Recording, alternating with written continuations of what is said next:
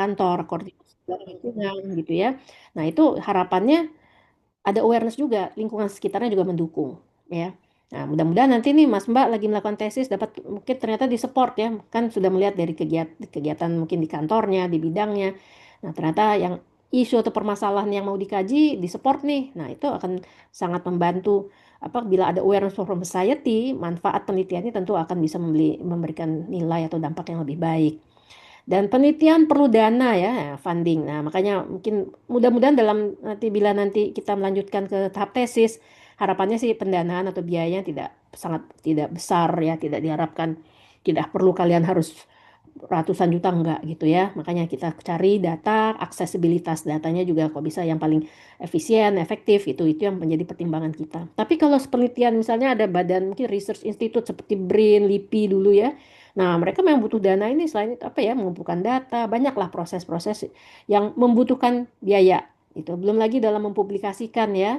Jadi kalau nanti sudah mulai mungkin bukan saatnya nih, mungkin di minggu-minggu terakhir mungkin Bu Titis nih akan sharing ya, gimana hasil penelitian kita itu biasanya dipublikasikan dalam sebuah artikel ya, makalah yang dipublikasikan dalam kumpulan makalah yang kita sebut jurnal. Nah, publikasi dalam jurnal itu juga ada yang membutuhkan proses yang cukup lama dan biayanya juga cukup besar. Artinya jurnal bila artikel kita itu dipublish di jurnal yang impact factor atau jurnal yang kredibel, nah itu ada cost tinggi, tapi itu mempunyai value yang tinggi, di mana mungkin seluruh dunia juga bisa tahu nih jurnal yang bagus, high quality. Nah tentu hasil penelitian kita akan chance-nya akan lebih banyak terbuka dan dibaca gitu kan. Itu yang harapan kita kan memberi kontribusi di situ. Nah, makanya itu perlu dana juga ya. Eh, mempublikasikan hasil penelitian kita ke dalam paper lalu di sebuah jurnal itu bisa range dari jurnal yang gratisan sampai harga 30 juta ya. Itu satu paper ya. Ini sebagai informasi. Makanya kadang kita tim dosen kalau publikasi tiap tahun atau ya tiap semester 30 juta lumayan juga nggak nutup tuh dari gaji ya. Makanya kadang-kadang kita ada namanya hibah ya atau grant. Nah, itu kita dapatkan. Nah, ini research nih funding perlu ada ya. Dia dimanapun dalam meneliti kita perlu biaya dan itu sudah berlaku di mana-mana gitu. Ya kembali tadi mensupport pengumpulan data, mendukung tadi tim yang akan melakukan analisa sama untuk publikasi ya. Nah, lalu tadi dia akan bekerja kalau hasil kita bisa dikontribusikan atau di-apply atau langsung dimanfaatkan di project atau di tempat kantor kita. Nah, itu akan lebih bermanfaat ya. Dan adanya kebebasan nanti, kebebasan dalam meneliti itu seperti apa, dan ada dependensi, ada ketergantungan juga tentu dengan kaedah-kaedah atau aturan-aturan yang ada terkait sama penelitian. Nah, harapannya juga menjadi seorang peneliti yang qualify, yang memiliki kompetensi untuk meneliti. Nah, inilah jadi di kita di semester ini sudah belajar dan nanti dilatih yang hadir ya mahasiswa magister S2 teknik sipil ini dilatih nih harapannya menjadi peneliti nanti yang qualified tadi ya. Oke. Nah, ini tadi skill secara umum ya. Apa sih kalian diharapkan sebagai peneliti?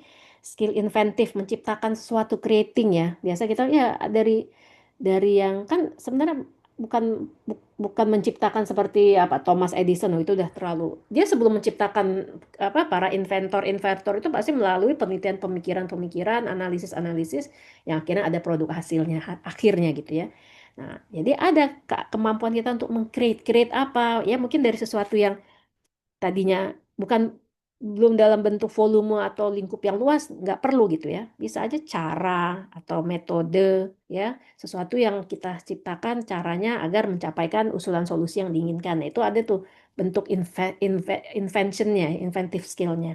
Jadi create something atau kalau kita nggak menginvent sesuatu bisa juga kita mengacu kepada metode tertentu, mengacu kepada rumusan tertentu. Kalau di bidang teknik kan ada tuh ya teman-teman di KI kelompok ilmu lain struktur geotek itu kan mereka mengimplementasikan rumus-rumus yang sudah ada, equation yang ada mungkin dalam kasus yang akan mereka teliti. Nah, technical skill itu yang engineering.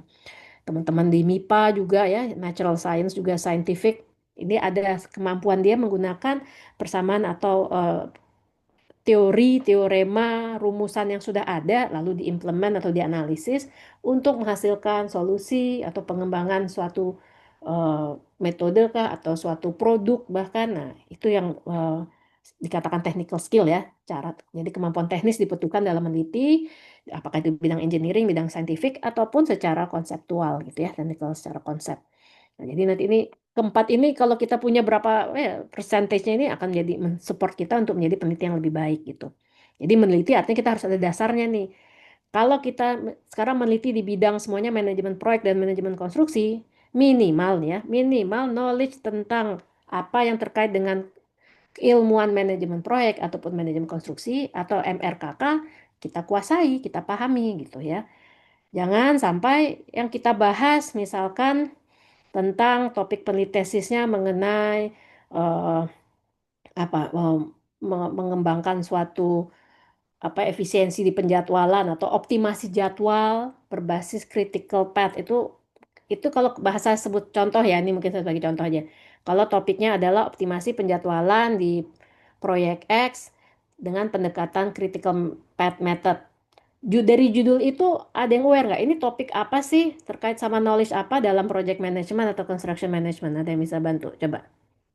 Cukup jelas tadi kan ya topiknya. Misalkan nih. Halo? Halo? Halo Bu, Ya iya Bu. Bu, Halo Ya, Bu. tadi dengar nggak topik saya yang Dengar saya... Bu. Nah, kira-kira apa dengar tuh? Bu, dengar Bu. Nah, ada yang bisa jawab nggak? Judul topik itu terkait sama knowledge dari project management apa? Using schedule manageable bukan Bu? Jadwal ya Bu. Jadwal. Terkait sama schedule management atau time management ya? Ya, Oke. Nah, kalau ada topiknya itu, yang diharapkan kemampuan si peneliti apa? Setidaknya paham tuh ya konsep melakukan jadwal tahu ya, ya kan? betul. Nah, itu Oke Bu. artinya itu dia technical skill kuatnya di sisi mungkin dari aspek scheduling, dari mengidentify activity, sequencing, sampai buat dari dalam bentuk diagram dia harus paham kan? Ya, itu contohnya seperti itu. Ada kata kuncinya tentang safety, oh mungkin itu kaitan dengan MR apa safety management. Jadi apa kalau kita relatekan dengan skill yang kita punya ini ya technical skill tadi.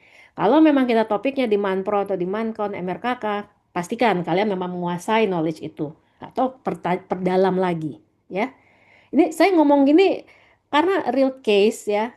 Ini jadi akhirnya ngambil kasus cerita kasus gitu ya terjadi baru berapa tahun terakhir ya 2 tahun inilah saya nggak kasih kasih tahu mana tapi ini kasus nyata mahasiswa kita ngambil topik tadi ya hampir sama tentang scheduling pada saat ujian sidang tesis ditanya sama penguji seperti apa jadwal apa yang diusulkan kalau fokusnya optimasi penjadwalan produknya harusnya kan apa gimana bentuk jadwalnya gitu ya itu dia sangat blunder di mana yang dia tunjukkan yang dikatakannya network diagram itu adalah 100% bukan network diagram. Kalau kita ngomong critical activity kan taunya dari network diagram kan ya, mungkin kita refresh bentar.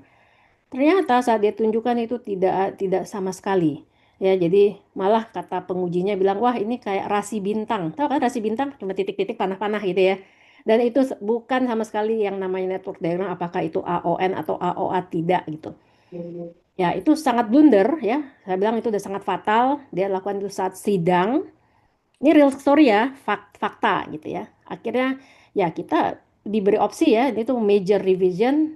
Karena waktu itu juga terbatas waktunya, batas studi pula tidak bisa menyelesaikan.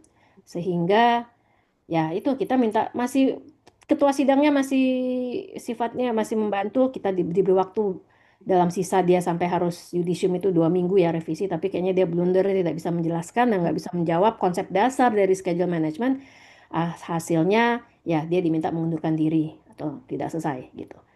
Bayangkan ya itu udah sampai akhir tahap tesisnya gitu. Mungkin dipikir ini kok udah sampai terakhir masih tidak bisa memperbaiki itu. Jadi apa? Di sini mungkin skill basicnya nggak tahu lah kenapa akhirnya dia bentuk dia menunjukkan mana network diagram kamu ditunjukkan lah ya kita disebut penguji ini kayak rasi bintang tahu ya rasi bintang cuma titik-titik garis tidak ada itu tidak bukan berupa sebuah network diagram itu sangat fatal. Nah itu mudah-mudahan tidak terjadi lagi ya hal-hal seperti itu yang mana ternyata kemampuan pemahaman technical skillnya belum tidak dikuasai. Padahal jelas-jelas judulnya tadi kan yang lain dengar, saya judul tentang jadwal, semuanya tahu oh, itu schedule management. Nah itu poin pertama ya, mungkin saya kasih tips juga, kalau milih topik, nah, kuasain bener ya, ini topiknya tentang apa. Nah misalkan tentang mau sebut kata kunci banyak nih sekarang trennya ya, lebih digitalisasi konstruksi, nanti ada mata kuliah tuh khusus tentang itu akan menarik mata kuliahnya. Oh, fokusnya digital twin, pernah dengar kali ya? Nah, pahami benar tuh apa itu digital twin. Dan relate kan dengan ya itu objeknya ya. Jadi jangan hanya kita ngikutin istilah-istilah, ternyata kita yang nggak paham. Nah, ini yang diharapkan ya. Technical skill dari kita sebagai engineer-nya juga, konsepnya juga harus kuat.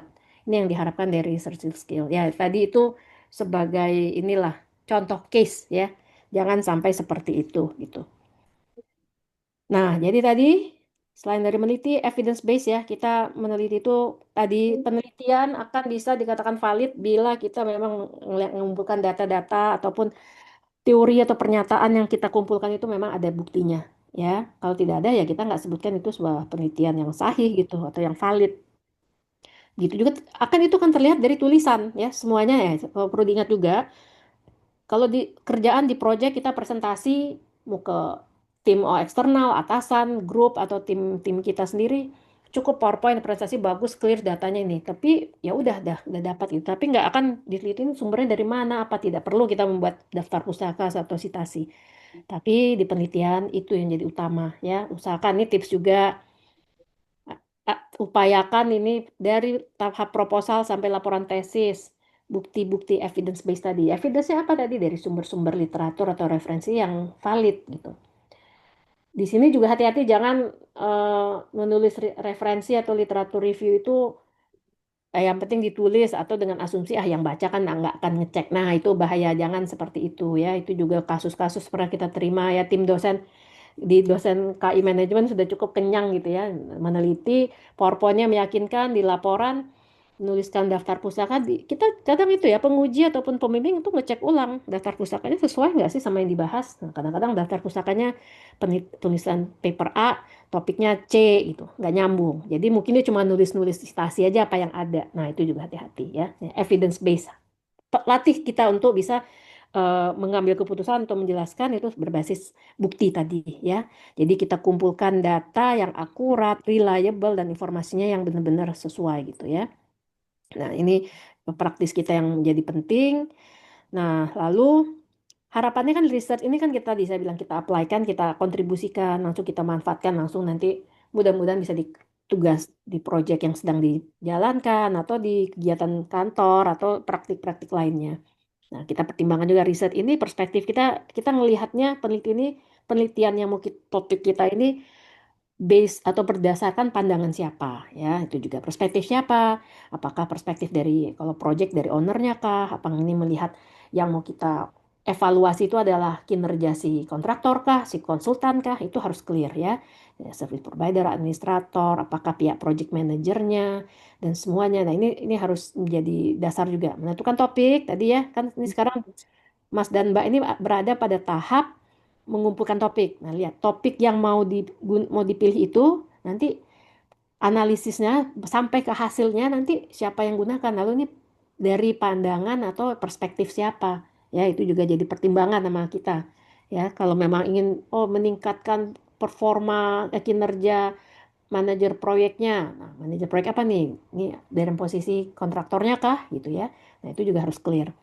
Lalu prosesnya diaplikasikan ya. Jadi di sini ingat di sini kita harus mengambilkan yang dalam meneliti akan ada kerangka konsep atau kerangka-kerangka acuan yang menjadi aturan kita. Kita nggak bisa lompat-lompatnya ada step by step ya. Makanya ada research prosesnya, menggunakan prosedur, metode, di mana nanti apa yang kita kumpulkan data, kita uji validitasnya, ada namanya uji keandalan sama kesahihan ya, validity and reliability.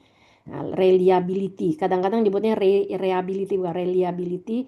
Ada bentuk uji tesnya ini secara mungkin pendekatan numeriknya ya, atau nanti secara kualitatif juga ada.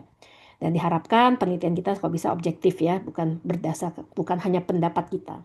Nah, itu juga jadi catatan dalam meneliti di sini posisi kita sebagai peneliti bukan yang maksudnya nih mikirin yang berdasarkan pengalaman kita, berdasarkan pendapat kita, bukan.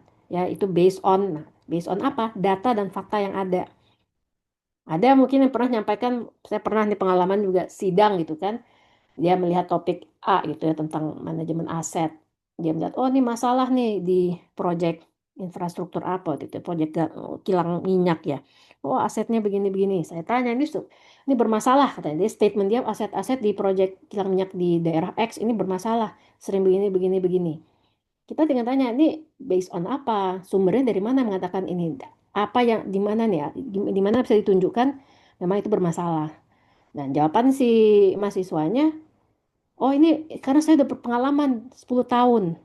Nggak relate itu ya. Pengalaman kita di sini nggak mengatakan apakah pengalamannya itu dibukukan, apakah pengalaman itu menjadi sebuah report yang ini harus ada tadi written evidence-nya. Kalau cuma berdasarkan observasi kita, pengalaman kita itu nggak kuat ya, sehingga dikatakan nggak valid. Cari lagi, explore lagi. Pengalaman yang kita itu bisa kita tanyakan juga. Mungkin kalau satu orang kan nggak kuat. Oh ini ada nih komplainan atau tapi jadi ada yang evidence yang tertulis di situ ya.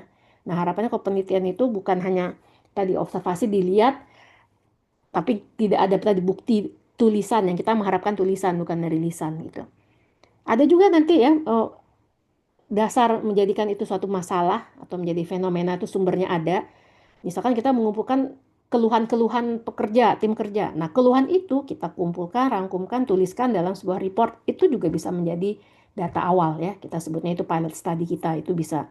Tapi kalau hanya mengacu sama kita sebagai yang kita meneliti, kita juga yang ini, nah itu yang nggak kuat, nggak valid ya.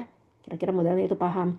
Nah, walaupun kita merasakan itu, explore lagi. Apakah teman kita, tim kita juga merasakan itu?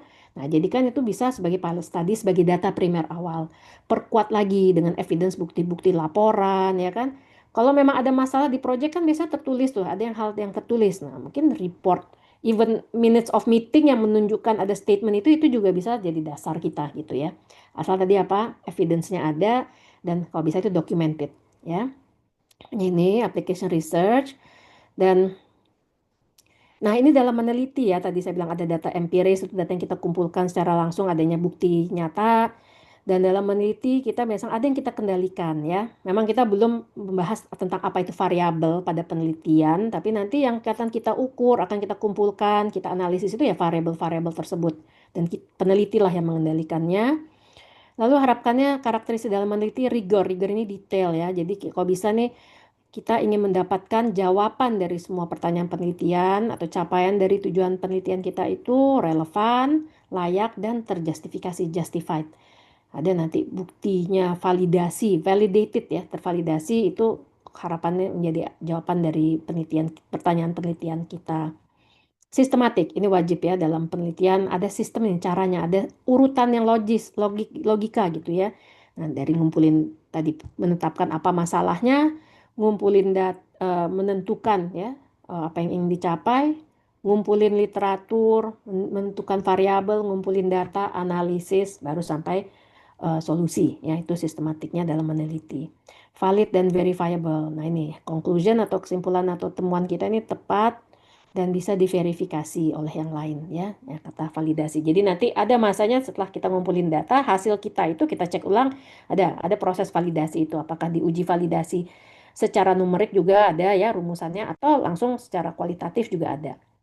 Lalu empirikal tadi sudah disampaikan harus berdasarkan ini secara empiris data-data sumber dari mana dan kritis ini foolproof jadi tidak eh, analisis kita itu ya udah data yang kita kumpulkan tepat ya, sampelnya sesuai kita analisis lalu hasilnya itu juga menggunakan metode analisa yang tepat ya. Nah, nanti kita belum belajar ke metodologi soalnya ya, tapi nanti ada cara kita mencari jawaban itu akan berbagai metode ada.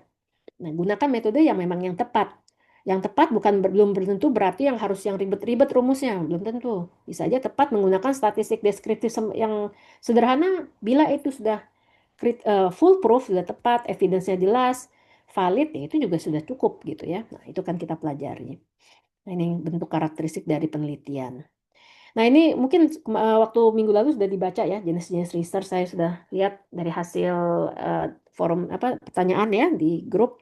Beberapa jawaban sudah mencoba mempotretkan kalau penelitiannya di bidang manajemen proyek atau konstruksi ya kita ini banyaknya di mana gitu ya. Nah, mostly mayoritas sudah jawabannya juga sudah cukup sesuai ya dengan penjelasan masing-masing. Nah, ini tipe researchnya ya. Ada yang researchnya yang nih aplikasi dari sisi aplikasinya, aplikasi penelitian itu ada yang riset murni, ada yang applied ya aplikasi. Nah, kita di bagian applied. Ya, jawaban kayaknya rata-rata yang menjawab teman-teman yang menjawab itu sudah apa sudah tepat gitu ya, sudah sesuai. Jadi kalau di bidang engineering, social science kita banyak mengaplikasikan karena kita ada mengevaluasi, ada sistem yang berlaku atau menghasilkan apa ya guideline, panduan, formulasi kebijakan dan yang menjadi hasil penelitian kita bisa langsung diaplikasikan tadi di project kah, di perusahaan gitu ya. Makanya bentuknya applied research. Nah, kalau pure research ini lebih riset murni, artinya ini bisa jadi data-data yang terkumpul dilihat polanya baru dibuat malah menciptakan teori gitu ya, bisa menciptakan sebuah teori atau menguji teori. Dan ini belum tentu teori-teori konsep yang didapatkan itu belum tentu dalam bentuk yang bisa langsung diimplementasikan dalam sebuah perusahaan atau sebuah project ya. Nah, bisa aja ini menjadi berupa sebuah metode baru yang nantinya itu menjadi dasar yang perlu lanjutkan ke apply. Jadi ini pure research banyaknya nih teman-teman yang bekerja topik penelitiannya atau kajian studinya ini di bidang natural science gitu ya tentang pure. Nah, itu mereka melihat misalkan pemodelan tertentu atau rumus matematis tertentu bisa menjadi berubah karena adanya pengembangan atau tambahan metodenya, ada tambahan parameter tertentu. Nah, ini pure research gitu ya. Jadi yang diubah tuh rumusnya. Tapi rumus kan biasa dimanfaatkan untuk menghasilkan produk atau sistem gitu ya. Nah, itu belum. Jadi dia mengimprove ada teori eh, existing teori diimprove atau malah menciptakan tadi membuat rumusan baru dalam yang tadinya akan mendukung sebuah sistem. Nah, ini masih pure, belum langsung diaplikasikan. Nah, kalau kita fokusnya banyaknya di applied ya, dan secara objektif research kita, jadi type of research yang secara objektif ini ada yang sifatnya studi yang secara deskriptif, korelasi, explanatory sama exploratory. Deskriptif ini kita melihat adanya permasalahan dari fenomena, permasalahannya apa, lalu kita mengembangkan secara detail ya, mencari, menganalisisnya, dan biasanya pertanyaan penelitiannya itu akan berupa uraian lebih secara detail tentang apa objek yang menjadi punya masalah itu, lalu dicari jalan keluar analisisnya yang secara deskriptif juga. Nah, ini biasa deskriptif studi ini banyak di teman-teman yang ilmu sosial ya, FISIP atau social science. Karena mereka kadang melihat perilaku atau behavior ya, perilaku, sikap. Nah, hal-hal itu yang perlu diuraikan secara deskriptif lebih detail. Nah, studinya sifatnya deskriptif. Metodenya memang sedikit berbeda. Tidak akan menggunakan, mungkin tidak banyak menggunakan metode statistik yang numerik, tapi ini secara lebih kualitatif. Korelasi ini bisa ya, ini menjadi bagian dari kalau di ilmu keilmuan manajemen proyek atau konstruksi atau even MRKK, ini melihat keterkaitan antara satu atau lebih kondisi atau variabel A dan B. Nah, kita lihat korelasinya ini juga bisa, ini bisa apa sering juga digunakan bentuk objektif risetnya. Explanatory, nah misalnya ada hubungan antara satu aspek dengan yang lain atau situasi, nah kita ingin mencari keterkaitannya tadi, korelasi, pengaruh-pengaruhnya, nah itu explanatory research bisa digunakan.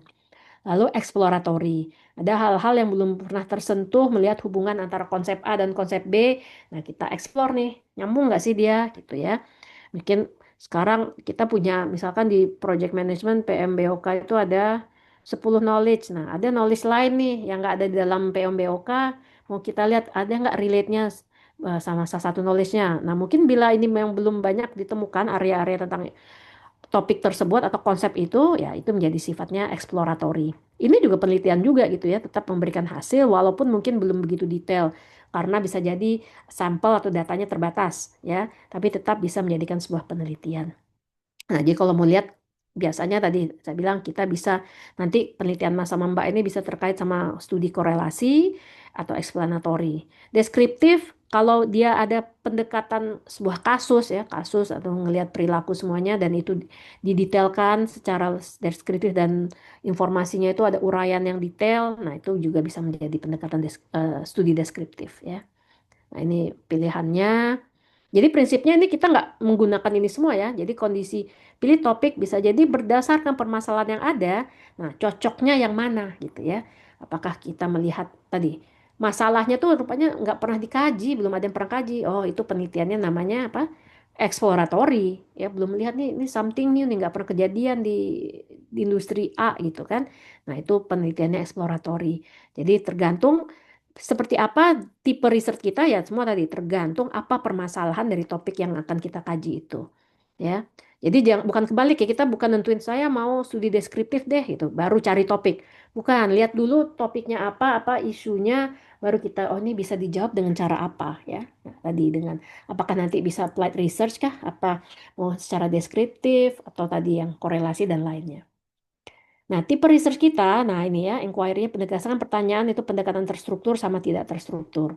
Mostly kita mayoritas ya bisa dikatakan kita semuanya menggunakan pendekatan terstruktur karena proses penelitian kita mulai dari menentukan tujuan ya, desain penelitiannya, sampel, instrumen, semua sudah kita tetapkan ya. Makanya kita katakan pendekatannya pendekatan terstruktur. Teman-teman yang meneliti, mungkin teman-teman yang di laboratorium ya. Nah, mereka structure approach karena mereka menentukan parameternya tadi instrumen-instrumen yang mau diukur apa, instrumen alat ukurnya apa saja. Nah, semua sudah di predetermine ditetapkan ya. Jadi ini sifat penelitian kita adalah pendekatan struktur. Kalau yang tidak terstruktur di sini adanya diperbolehkan fleksibilitas dalam aspek dalam kita meneliti atau dia eh, mengikuti dari apa objek itu seperti apa. Unstructured approach banyak digunakan entah di penelitian social science, penelitian psikologis atau behavioral science yang terkait perilaku. Jadi bisa aja si peneliti memang sebulan dalam suatu lokasi, nah dia mengobservasi biasanya melakukan analisis deskriptif dan observasi untuk melihat tadi aspek-aspek yang menjadi parameter atau variabelnya. Dia ngikut nih, oh ini lagi hebohnya begini, oh ritme apa mungkin ada sistem atau flow-nya seperti hal yang tertentu, nah dia akan menyesuaikan dengan objek tersebut. Nah ini unstructured approach ya. Tapi kita, saya bilang makanya kita mungkin skill apa basic kita kuatnya karena kita masih di bagian masih dalam lingkup engineering ya. Nah scientificnya nah kita banyak ke structure approach. Jadi kalau kita meneliti tesis kita yang menggunakan structure approach, nah ada yang namanya penelitian kuantitatif dan penelitian kualitatif ya. Nah, ini yang mungkin mudah-mudahan sudah sambil baca apa bedanya ya. Nah, semua seperti apa penelitian kita itu, apakah bisa dalam bentuk kuantitatif atau kualitatif, ini tergantung tadi kita mau perjawab pertanyaan penelitian kita ini arahnya kemana ya? Apakah kita mau explore, apa kita mau mengkonfirmasikan sesuatu, atau ada yang mau dihitung, mau diukur gitu ya. Dan juga penggunaan dari hasil itu untuk memformulasikan sebuah kebijakan kah, atau hasilnya dari suatu panduan atau pedoman ya. Nah itu semua yang menjadi hal yang mempengaruhi sekarang penelitian kita ini sifatnya seperti apa, itu ya. Nah untuk kita ada yang pure kuantitatif, ada yang pure kualitatif, ada juga yang tengah-tengahnya ya. Antara ini artinya kita nyebutnya mixed research. Penelitian kita mungkin bisa terdiri dari beberapa tujuan penelitian. Yang satunya benar-benar memang harus diukur dengan secara kuantitatif, nggak bisa lagi tuh, udah harus ada angkanya yang keluar. Lalu mungkin kita justify dengan pendekatan kualitatif, itu bisa juga ya. Itu mixed research. Jadi di sini mungkin belum ada, tapi perkembangan penelitian khususnya di kayak itu di topik project management sudah cukup banyak masalah mixed research tadi ya. Nah, itu kembali itu juga opsinya juga berbeda. Saya jamin nanti topik masing-masing Mas Mbak di sini yang kan ada 28 ya terdaftar, tipe researchnya akan bervariasi. Mungkin nggak semuanya nggak bisa diseragamin. Oh, kelas Metopen 03 semuanya kuantitatif ya, nggak bisa seperti itu. Karena topiknya udah berbeda, permasalahannya berbeda. Nah, tentu pendekatan penelitiannya juga berbeda gitu ya. Ya, nanti kita akan detailkan lagi seperti apa maksud kuantitatif dan kualitatif. Nah, ini paradigmanya dalam meneliti. Nah, kita lebih ke tadi physical science atau engineering ini positive approach karena pendekatan penelitiannya secara terstruktur, ada sistematiknya, dan tadi ya ada technical atau scientific skill yang diperlukan. Kalau teman-teman tadi yang secara social science, naturalistic approach, dia sifatnya lebih ke kualitatif. Etnografik ini tadi yang saya bilang, bentuk pendekatan penelitiannya itu dia ke dalam suatu lingkungan atau objek penelitiannya. Nah, explore itu dalam waktu tertentu dia akan observasi di situ ya, sifatnya etnografik. Jadi, tapi kita banyak fokus di physical science. Namun dalam berkembang riset penelitian ya, nggak menutup juga ternyata topik kita itu ada yang bisa di bagian etnografik gitu. Ada yang bisa dihitung semua rumusnya ada gitu ya, pergi di bidang konstruksi. Kalau kaitannya sama perancangan desain bangunan, nah pasti itu ada standar-standar yang ada acuan angka-angkanya yang udah spesifik. nggak bisa kita otak-atik lagi, itu udah given. Nah, itu pendekatannya physical science. Tapi kalau misalkan kajiannya ada terkait sama tadi lebih ke non-technical skill-nya, seperti kita ingin mengukur budaya kerja di perusahaan. Nah, budaya itu biasa kan lebih ke social science ya. Nah, budaya kerja atau budaya mutu, budaya safety ya, itu juga udah banyak penelitian kita di bidang manpro seperti itu. Nah, itu menyinggung ya, menyenggol sedikit tuh, berhubungan sedikit dengan naturalistic approach karena ada aspek kualitatif di sini.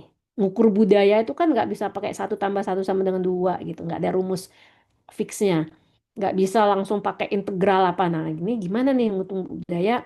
Ada pendekatan kualitatif. Nah, bahkan kalau melihat perilaku idealnya tuh pendekatan etnografi. Bila ada waktu biasanya penelitiannya panjang biasa menggunakan etnografik gitu ya. Nah, makanya ini bisa. Jadi kita bisa mix and match, bisa di spektrum secara penuh kita di physical science atau di tengah-tengahnya juga tadi. Nah, tadi saya sudah nyebut beberapa kata kunci ya. Mungkin sambil didengar, dicatat, saya dengar, bisa, mungkin terpikir anak apa kita dari engineering, teknik sipil, manajemen proyek, manajemen konstruk bisa belajar tentang budaya. Jawabannya bisa sekali gitu ya. Banyak beberapa dosen kita memang ada yang fokus di budaya safety, budaya mutu ya. Nah, itu bisa. Nah, itu sudah mulai menyinggung aspek-aspek naturalistik juga. Jadi perkembangan riset kita sudah sangat banyak. Saran saya coba dieksplor ya. Waktu minggu pertama kan saya bilang coba lihat sering-sering lihat apa library-nya UI itu yang online, Science Direct atau Elsevier, artikel-artikel terkait project management. Nah, cari tuh baca bahasanya udah semakin lintas antar dua paradigma ini sudah banyak ya. Jadi yang tengah-tengahnya ini perkembangan riset di bidang yang antara dua ini juga sudah sangat banyak. Nah, jadi research ini tadi ya sifatnya mengeksplor. Kalau kita ingin tahu making sense atau kita ingin explore dulu sesuatu yang nggak pernah ada suatu permasalahan, dicari referensinya kok nggak pernah keluar, itu yang menjadi akan apa menjadi penelitian yang perlu diteliti lebih detail. Nah, itu sifatnya eksploratif. Kalau generatif biasanya sudah ada eh, penelitian terdahulu sudah banyak. Nah, kita berusaha ingin mensintesakan atau konsep-konsep variabel hubungan yang ada itu kita sintesakan atau kita analisis lebih lanjut. Evaluatif, ada penelitian sifatnya refleksi atau mesin mengukur ya. Misalkan di proyeknya tentu mungkin sudah punya sistem manajemen mutu atau sistem manajemen keselamatan konstruksi. Tapi dengan ada itu kok proyeknya masih delay, proyeknya masih sering rework gitu ya. Ini yang mana yang salah? Nah, kita evaluasi, mungkin sistem kita belum belum tepat. Nah, sistem yang mau dievaluasi itu kan sifat itu namanya sifat penelitian evaluatif gitu ya. Kita adjustment, refleksi sama testing. Ya, jadi bisa tiga bentuk ini dan yang untuk dipahami juga tesisnya masing-masing nggak mesti ketiga ini harus ada gitu ya. Cukup satu bagian tapi fokus bisa gitu. Yang perlu dicatat juga ya. Jadi nanti menentukan topik dan tesisnya nanti kalau level magister itu kalian diharapkan bisa mengembangkan sesuatu ya to develop something, to evaluate something atau apa yang dievaluasi. Jadi minimal di sini nih evaluasi atau tiga ini ya. To develop kan dari yang nggak ada jadi ada kita kembangkan mungkin dari sifat yang eksploratif atau mendevelop sintesa sesuatu ada tiga empat konsep kita developkan jadi bentuk sistem yang terintegrasi misalkan. Nah, itu generatif ya. Atau to evaluate. Ya, kuncinya itu ya dicatat. Upayakan topik yang diusulkan nanti tujuan penelitiannya harus ada kaitan to develop atau to evaluate. Itu level magister. Kalau belum sampai itu, detailkan lagi ya. Nah, itu ya. Kira-kira cukup jelas? Mungkin di sini ada yang mau ditanya sebelum saya lanjut. Ini contoh kuantitatif kualitatif. Sejauh ini jelas ya, Bu. Jelas Sebenarnya mau ya? mau nanya banyak mungkin di belakang kali Bu ya nanya Bu ya. Soalnya bakalan Boleh. banyak. Mau Iya, yang iya. saya tanyain soal. Iya, iya. Oke, saya lanjutkan dulu aja refresh ini ya. Kan Iya. sudah dibaca. Oke. Nah, jadi tadi kuantitatif kualitatif prinsipnya tadi itu ya. Kalau lupa ini nggak mesti dihafal juga kuantitatif quantify kata kuncinya. Jadi kuantitatif itu semuanya ada yang dihitung-hitung, ada angka. Kalau semuanya banyak numerikalnya, kita itu aspeknya aspek kuantitatif ya. Kualitatif quality, ada words banyak berkat. Jadi memang yang kita analisis itu sebuah berupa mungkin uraian, deskriptif. Nah, itu sifatnya kualitatif ya. Nah, kalau kuantitatif, pola pikir kita sifatnya kuantitatif itu deduktif. Jadi kita menguji sebuah atau menguji sebuah teori atau hipotesa yang ada kita uji itu kuantitatif ya. Mungkin kalau masih ingat matematika terapan ada ya uji hipotesa. Nah, itu sifatnya kuantitatif. Lalu kualitatif, biasanya mungkin data-data yang ada kita lihat polanya baru kita ciptakan nih, malah developing a theory. Ya, dari subjektif sifatnya ada sesuatu yang dilihat, deskriptif sifat yang kita deskripsikan baru kita bisa menginduksikannya menjadi sebuah konsep atau sebuah teori. Nah, ini semua ada di kita ya. Ada yang memang kuat secara kualitatif, kuantitatif ini juga menjadi skill yang dimiliki masing-masing. Nah, data-data pun ada yang sifatnya kuantitatif sama kualitatif. Nah, ini jadi contoh yang menarik, mudah-mudahan dapat gambaran ya. Jadi namanya data, seperti apa data yang harus kita kumpulkan. Nah, itu datanya kualitatif. Ada yang kuantitatif. Nah, setidaknya kita udah paham kalau data yang kualitatif itu dikatakan ada komentar nih. Komentarnya misalkan nih, it was great fun.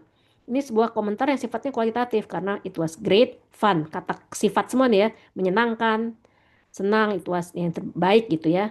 Nah, kuantitatif biasa bentuknya secara diskrit, continue, ingat ya angka-angka kalau ingat dari semester kuliah mater, diskrit bisa bentuk kalimat utuh 5 enggak koma, yang kalau koma lebih itu continue, angka ya, numerik.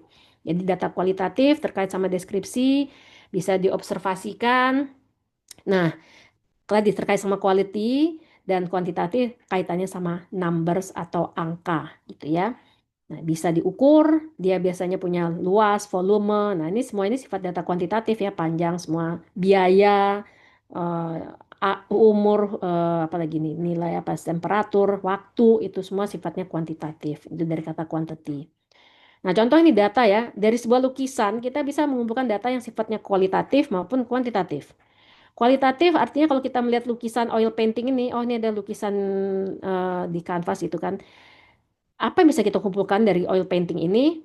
Nah, yang sifat kualitatif kita menjelaskannya dari warnanya, banyak hijau, biru dari sisi warna. Lalu coba ini, oh karena dia sudah lukisan tua, dia agak masti, sudah agak apa ya, mungkin sudah lama agak pengap dan lama di ruangan tertutup. Jadi ada istilah secara kualitatifnya, jadi colors, tekstur, penampilannya, taste, rasa itu sifatnya kualitatif. Lalu coba dilihat eh, bentuk teks brushstroke-nya, bentuk apa cara melukiskannya dengan apa lukisan itu apakah secara halus atau merata. Nah, itu bisa kita jelaskan secara kualitatif. Pendapat dari Old Paint ini juga melihat gambarnya ini gimana sih? Oh, itu menghasilkan perasaan lebih tenang gitu kan, peaceful scene. Itu adalah data yang kita buat secara kualitatif ya. Nah, ini contoh. Kalau kita ingin mendapatkan data kuantitatif dari lukisan ini, nah, di bagian kanan kita lihat, oh gambar oil painting ini digambar di lukisan ukuran 10 inch kali 14 inch dengan frame ukuran sekian. Kalau ditimbang beratnya sekian nih lukisan nih termasuk dengan framenya. Lalu luasnya berapa? Dan berapa harganya oil painting itu termasuk kuantitatif ya. Nah, jadi minimal dari contohnya dapat gambaran ya. Nanti kalian mau kalian kumpulkan tuh data yang kualitatif kah atau yang kuantitatif gitu ya. Ini contoh, mudah-mudahan ilustrasi sederhananya membantu. Oke, ini mungkin juga bisa saya percepat ya. Ini harusnya di proses riset di pertanyaan keberapa waktu itu ya? Dua ya. Sudah banyak yang menjawab step by step mengacu ke Ranjit Kumar juga. Jadi tadi ya prinsip research tadi kita kan mengapa kita melakukan penelitian itu membantu way of thinking kita. Jenis research itu bervariasi. Lalu kita sekarang terakhir menentukan apa yang ingin step by stepnya atau prosesnya. Ya. Nah, pertama tentu ini yang sedang kita lakukan sekarang memformulasikan research problem. Ya. Nah, tentukan tadi destinasinya apa sih yang mau kita lihat atau masalahnya apa sih? Ya, jadi pada waktu nentuin topik, pastikan kita memang sudah tahu ada minimal dari fenomenanya apa dan memberi dampak apa penyebabnya. Nah, tiga itu untuk menentukan apa nih isu dari research problem kita ya. Tetapkan itu, menentukan itu bagaimana tadi kita cari data, observasi, kumpulkan data, apakah data-data sekunder gitu ya. Nah, itu harus clear datanya itu yang harus jelas aksesnya. Fenomena itu memang berbasis evidence tadi. Nah, diharapkan research problemnya spesifik, objeknya tertentu spesifik ya. Jadi kalau bisa ya itu kalau semakin spesifik tadi semakin jelas akan lebih fokus kita menelitinya. Ya, jadi dan kita juga bisa membantu mengalokasikan resource. Setelah tahu research problem baru kita mengkonsepkan desain atau rancangan penelitiannya. Nah, sebelum ke step 2 ini ada kotak merah saya tambahkan ya, agar kita bisa tahu kita ingin menjawab eh, tujuan penelitian kita seperti apa, tentu semua ini perlu disupport dengan tadi kajian literatur yang komprehensif dan juga menyusun namanya research conceptual framework. Kita akan pelajari ini sampai di akhir sebelum UTS ya. Jadi nanti bagian saya kan bab 1 dan bab 2. Nah, ini yang perlu kalian pahami juga.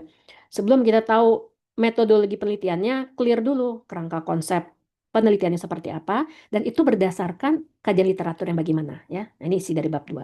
Bila ini sudah clear, baru kita bisa dapat menentukan cara kita untuk menjawab RQ. RQ ini ini sudah singkatan ya, research question ya, silakan dicatat.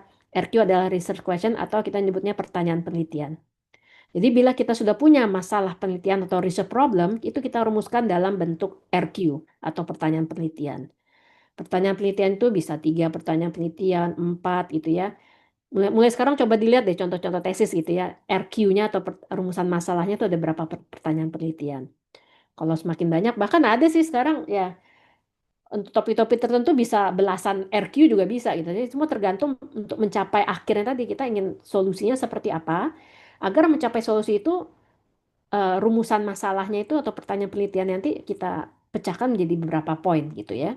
Nah, gitu. Cara untuk jadi prinsip research kita tujuannya adalah kita bagaimana menjawab semua RQ yang ada. Kita punya 3 RQ, jelaskan gimana cara menjawab 3 RQ tersebut gitu ya. Nah, itu semua terkait sama study design ya. Tadi ini kita belajar di bab 3 nih mengenai alur penelitiannya, sampling, ada namanya teknik sampling, adanya instrumen penelitian, uji validitas dan seterusnya. Jadi ini mengkonsepkan research design. Step 3 nih bagian dari metodologi penelitian. Ini biasa kita jelaskan di bab 3 ya. Ini mengumpulkan instrumen. Di sini instrumen bukan maksud instrumen musik ya, bukan piano apa, tapi ini alat bantu kita untuk mengukur variabel ya. Macam-macam alat bantunya akan kita pelajari.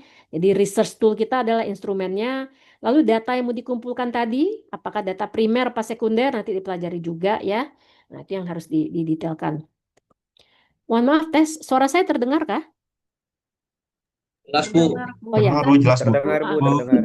Ya, karena saya lagi apa nih di daerah saya hujan suka ini. Nanti kalau ada yang terpot Izrak nanti WA saya aja kalau sinyal saya jelek ya. Siap, Ibu. Oke. Nah, ini juga ya step 4 ini di bab 3 juga. Tadi saya bilang ada namanya sampel. Mohon maaf ini sampel bukan yang kalau kita apa? Uji tester-tester sampel di kalau belanja itu enggak, bukan sampel itu ya, tapi mirip ya. Jadi misalnya gini ya, kita ingin mengkaji suatu topik, suatu objek, ada populasinya. Nah, bila populasinya sangat banyak kan nggak mungkin semuanya kita gunakan. Nah, kita sortir menjadi sebuah sampel gitu ya. Nah, itu selecting a sample. Atau mungkin dulu teman-teman di sini ada yang mungkin basicnya di teknik sipil kan kita pernah uji sampel melakukan dalam praktikum beton kan dengan sekian ada sampel-sampel tertentu ada 5 6 ambil dengan parameter tertentu terus kita hitung kekuatannya. Nah, itu sampel itu artinya bagian dari populasi yang akan kita jadikan penelitian ya. Mengapa kita hanya sampel yang kita gunakan ya tadi kalau semua populasi penelitiannya lama selesainya. Jadi ada nih cara kita secara efektif memilih seperti apa dari sebuah populasi kita turunkan menjadi sampel. Ya, nah ini metodenya ada ya. Memilih sampel itu kayak apa? Karena akan hasil ini akan sangat apa ya, mempengaruhi temuan atau hasil riset kita ya. Jadi ngumpulin data, lihat juga sampelnya cocok nggak. Kalau kita ingin mengumpulkan data dari persepsi manajer proyek di proyek-proyek bangunan gitu. Tapi sampelnya yang kita ambil adalah persepsi dari tim quality control. Misalkan itu kan nggak tepat kan. Nah, harapannya hati-hati dalam menentukan siapa yang akan menjadi tadi sampel kita. Apakah tadi respondennya, apa sampel data atau produk-produknya gitu ya. Nah, dikatakan ini dalam ini upayakan jangan bias dalam pemilihan sampel dan ada nih kategori teknik kita memilih sampel itu menjadi penting juga. Ini peneliti juga yang nentuin, kita juga yang akan menetapkan siapa yang tepat untuk kita ukur yang bisa menjawab kuesioner kita ya. Nah, ini setting sampelnya. Nah, bila itu selesai sudah, nah baru kita lanjutkan ini yang menulis research proposal. Ini step 5 ini adalah produk akhir target kita kalau sudah mau sidang pratesis ya. Kita akan menulis proposal penelitian atau proposal tesis kita. Tadi mungkin saya pernah sampaikan ya, jadi target proposal tesis adalah bab 1 sampai bab 3 lengkap dengan daftar pustaka. Prinsipnya adalah ingin menjelaskan kita ingin meneliti tentang apa sih masalahnya, apa permasalahannya, yang berangkat dari fenomena, dampak dan permasalahannya seperti apa itu kita jelaskan. Lalu kita mau mencari solusinya dengan cara apa? Nah, itu dia ya, how to investigate-nya itu. Kita jelaskan step by step-nya, kita jelaskan juga masalah ini bisa dijadikan solusi dengan apa? Menggunakan kerangka konsep penelitian yang seperti apa? Itu di bab 2 ya. Lalu bila setelah kita rumuskan masalahnya, nah tadi kan produknya berupa research question ya, RQ tadi. Nah, bila RQ-nya 3, nah 3 RQ itu akan kita jawab dengan cara apa? Seperti apa variabelnya, tadi instrumennya menggunakan apa, sampelnya seperti apa. Lalu bila sudah dikumpulkan, nganalisisnya bagaimana? Nah, itu semua dijelaskan di metodologi analisisnya ya. Nah, ini semua harus dijelaskan di proposal tes pratesis kita. Jadi, apa yang mau kita lakukan, what to do, bagaimana caranya, dan mengapa tadi why-nya. Nah, jadi hati-hati ya, ya kadang kita sudah presentasi banyak 15 menit, upayakan jangan sampai ada penguji yang dan diceritakan itu, ini yang usulan topik kita gitu ya, usulan tesis kita direspon sama tim yang pada saat nguji, saya masih nggak ngerti masalahnya apa sih. Nah, itu hati-hati seperti itu. Artinya mungkin itu uraian permasalahan kita belum tajam, ya. Nah, itu yang perlu menjadi catatan. Karena menulis proposal itu kita meyakinkan bahwa ini memang masalahnya signifikan, memberi dampaknya yang cukup signifikan gitu ya. Jadi ada dampaknya, permasalahannya jelas, valid, reference based evidence-nya juga ada gitu. Nah, bila oke, oh topiknya ini bagus sesuai. Nah, ini kan akan mempermudah apa untuk proses selanjutnya gitu ya. Nah, jadi prinsipnya research proposal tadi menjelaskan apa yang mau kita teliti, lihat dari permasalahannya, lalu bagaimana kita menjawabnya itu dengan metodologi yang seperti apa. Yang pastinya itu berbasis semua dengan kerangka konsep penelitian kita ya. Ini step 5 nih sampai level kita di pratesis nanti. Nah, nanti saya minggu depan mungkin sudah mulai share ya. Jadi minggu depan kita memang sekarang kan fokus di bab satu. Nah, jadi saya akan menunjukkan seperti apa itu outline bab satu. Nah, ini salah satu contoh. Kalau secara ini dari Ranjit Kumar ya, mungkin garis apa uraian umumnya proposal itu harus ada tujuan penelitian, harus ada hipotesa, ada bagaimana studi desainnya ya, tadi instrumen, sampel, dan sampai rencana pelaksanaan penelitiannya. Tapi ini sebenarnya masih percaya. Jadi ini biasa bagian dari bab satu ya, objektif. Lalu hipotesis ini akhir dari bab 2. Nah, yang poin 3, 4, 5, 6, 7, ini bab 3 semuanya. Nah, bukan berarti maksudnya bab satu bukan hanya satu poin, makanya ini bobotnya nggak ini ya, nggak bukan berarti satu poin ini bobot atau detailnya cuma sedikit, bukan ya. Tapi ini kata kuncinya lah. Nah, minggu depan saya akan memberi highlight di bab satu tuh detailnya seperti apa ya. Secara sistematik kita menjelaskan apa masalahnya, kita tujuan penelitiannya kayak apa. Itu relate sama objektif. Nah, nanti kita berlanjut bab 2 akan ada guideline-nya juga ya, kita beri arahan. Jadi proposalnya akan mengikuti dengan outline yang kita berikan. Ya, jadi garis besar sampai ini bab satu, bab 2 dan bab 3 ya. Ini yang ada di proposal. Nah, fase ketiga di mana setelah kita rencanakan itu semua, nah jadikanlah 3 bab pertama itu sebagai dokumen rencana kita. Ya, kalau di project itu plan kita lah. Yang mana pada saat kita melakukan riset beneran ya kita mengacu kepada itu, kita mengacu pada metodologi yang ada. Kita mengacu tadi oh ya apa respondennya ada berapa, jumlahnya, kriterianya itu sudah kita tetapkan. Jadi conducting research artinya kita kumpulkan data ya. Nah, cara mengumpulkan data tadi apakah kualitatif maupun kuantitatif itu bisa secara interview, kuesioner ya, macam-macam ini dengan FGD, observasi. Mungkin untuk beberapa masih banyak yang bingung seperti apa akan kita detailkan juga nanti di bab 3 ya di pembahasan. Ini fokus nanti setelah UTS. Apa tuh? Bagaimana interview? Ini ada metodologinya juga ya. Jadi interview itu ada berbagai jenis. Questionnaire begitu pula. Ini yang cukup sering digunakan juga dan cukup efektif. Ada namanya focus group discussion. Kita ingin mengumpulkan data dalam waktu yang cukup terbatas, tapi harapannya itu dapat masukan dari sumber yang banyak gitu ya atau observasi dan lainnya. Nah, lakukan proses collecting data ini biasanya di penelitian yang perlu waktu cukup lama, ya. Nah, ini kalau sudah pratesis, kita biasanya lanjut ke pengumpulan data. Nah, setelah itu, baru kita data terkumpul, kita analisis ya, kita proses. Nah, jadi tadi ingat data yang kita kumpulkan apakah tadi sifatnya deskriptif, kuantitatif, kualitatif, itu ya nanti kita lihat. Nah, analisisnya, metodenya sudah kita tetapkan juga kan di bab 3, lalu kita aply-kan langsung, implementasikan. Dan prinsipnya dalam kita melakukan analisa data, kita harus tahu caranya mengkomunikasikan hasil maupun temuannya. Jadi hasil dari analisa data tuh bukan cuma tiba-tiba pakai rumus statistik, uji T, uji F, udah selesai keluarlah angka itu. Atau contoh ada nanti namanya metodenya Structural Equation Modeling atau SEM. Pakai SEM. Ada softwarenya nih dimasukin keluar. Keluarnya tuh hasilnya SEM tuh kayak grafik gitu ya. Bukan grafik, diagram. Ada panah-panahnya semua dengan angka-angka gitu. Udah selesai. Bukan itu belum selesai. Angka itu belum ada makna. Jadi communicate kan, maknakan angka-angka atau hasil analisa kuantitatif itu menjadi sebuah temuan. Nah, justru ini yang tesis yang berat apa ya, skill yang menjadi challenge yang kita latih itu bagaimana mengkomunikasikan findings itu. Makanya saya underscore ya, underline, saya garis bawahi ya.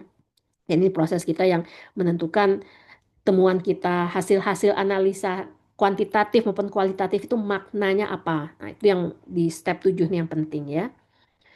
Baru bila itu semua sudah kita kumpulkan, baru kita buat research report atau dalam hal ini laporan tesisnya ya, udah lengkap. Kita jelaskan apa yang sudah dilakukan, apa yang menjadi temuannya, kita bahas, kita argumentasikan gitu ya. Lalu kalau nanti kan ada hipotesa, apa hipotesa itu untuk apa, pembuktiannya seperti apa itu kita jelaskan juga di bagian akhir di laporan tesis dan baru kesimpulan. Ya, nah ini tesis dilakukan secara pendekatan akademik, nyata tadi ada citasi referensinya jelas ya, dan dibagi dalam chapter bab-bab tertentu. Jadi kalau laporan tesis yang lengkap minimal tuh biasanya ada 6 bab ya. Jadi tadi 1, 2, 3 untuk pratesis, 4 itu analisa data. Analisa data itu kita jelaskan cara kita ngumpulin data dan analisis sehingga terjawab semua pertanyaan penelitian kita atau terjawab semua RQ ya. Nah, itu bab 4. Bab 5 kita cari tadi itu yang penting itu findings, temuan ya, temuan dan pembahasan. Nah, temuan inilah sebenarnya yang perlu itu skill lebih tajam yang diharapkan dari yang kalau level magister karena apa yang menjadi hasil kita cari temuannya. Itu beda ya, hasil dan temuan itu nggak sama nih ini kita. Hasil itu hasil hitungan, 1 tambah 1 sama dengan 2. 2 itu hasilnya. Tapi temuannya apa nih? 2 tuh kaitkan sama hasil-hasil lain atau bagaimana findingsnya apa. Nah, itu nanti itu kita tulis di bab 5, baru bab 6 adalah kesimpulan ya. Apa yang menyimpulkan atau kita simpulkan capaian dari semua tujuan penelitian kita. Jadi definisinya tuh 6 ya. Ya, udah selesai ya. Jadi paling secara prinsip prosesnya seperti itu.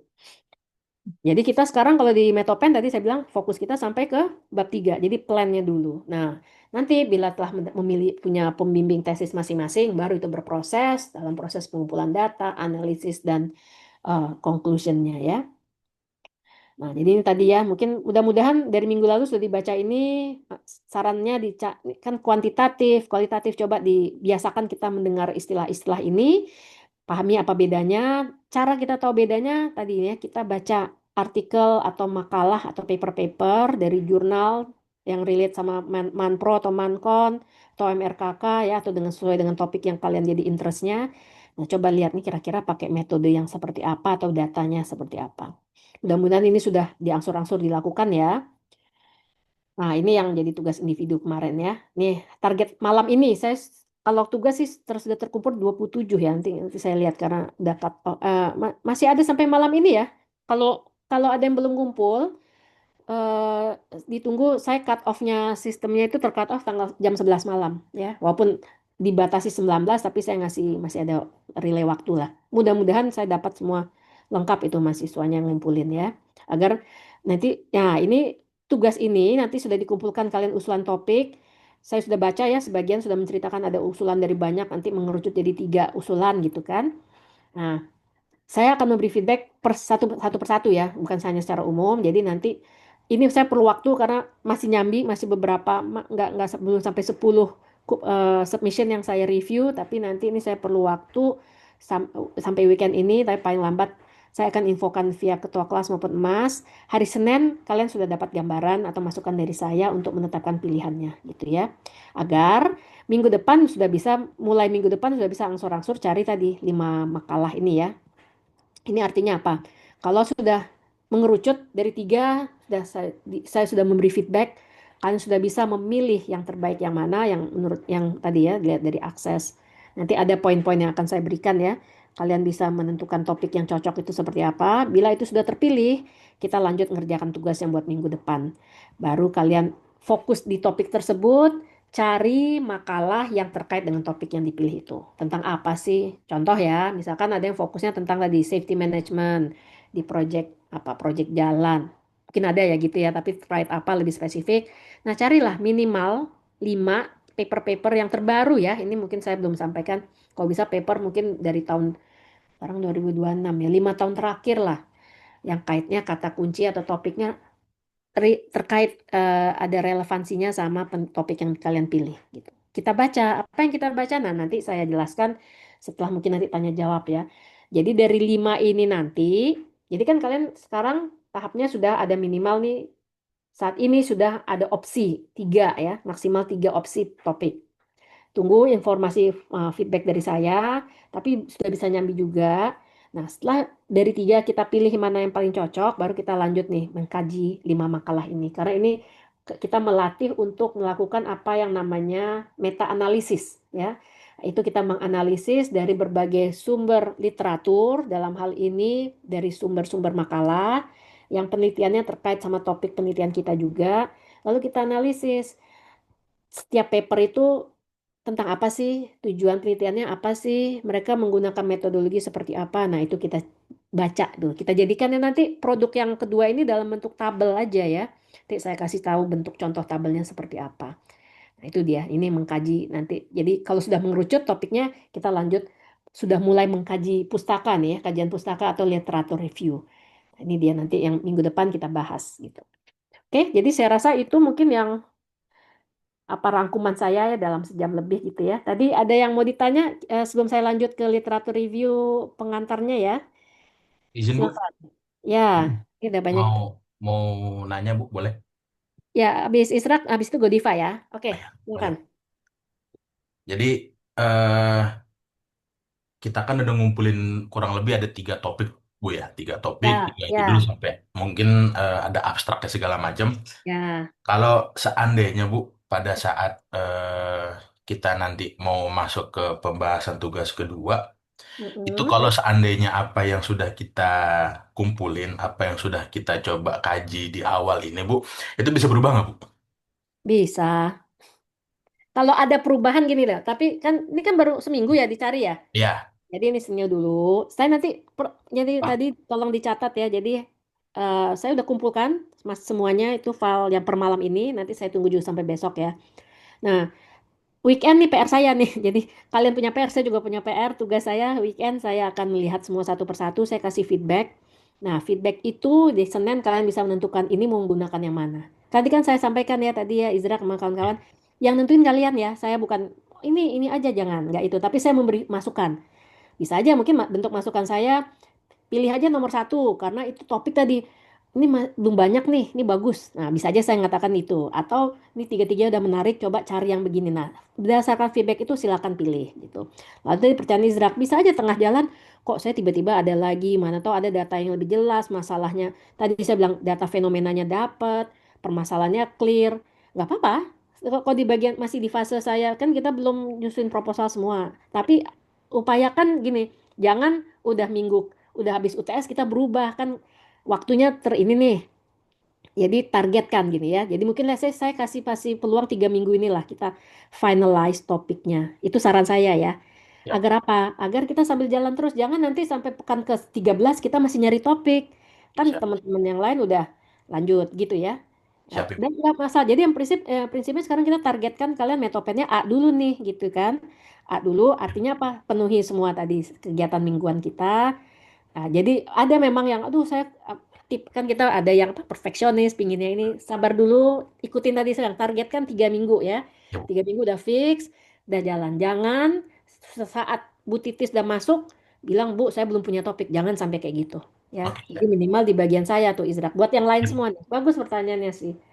Saya paham nanti dalam membimbing apa nanti melakukan tesis beneran itu di dinamika ini bisa terjadi juga tapi karena kita punya timeline penyebatasan itu menurut saya rasa 3 minggu cukup lah ya Siap untuk Ibu. finalize ya cukup Siap. jelas Isra.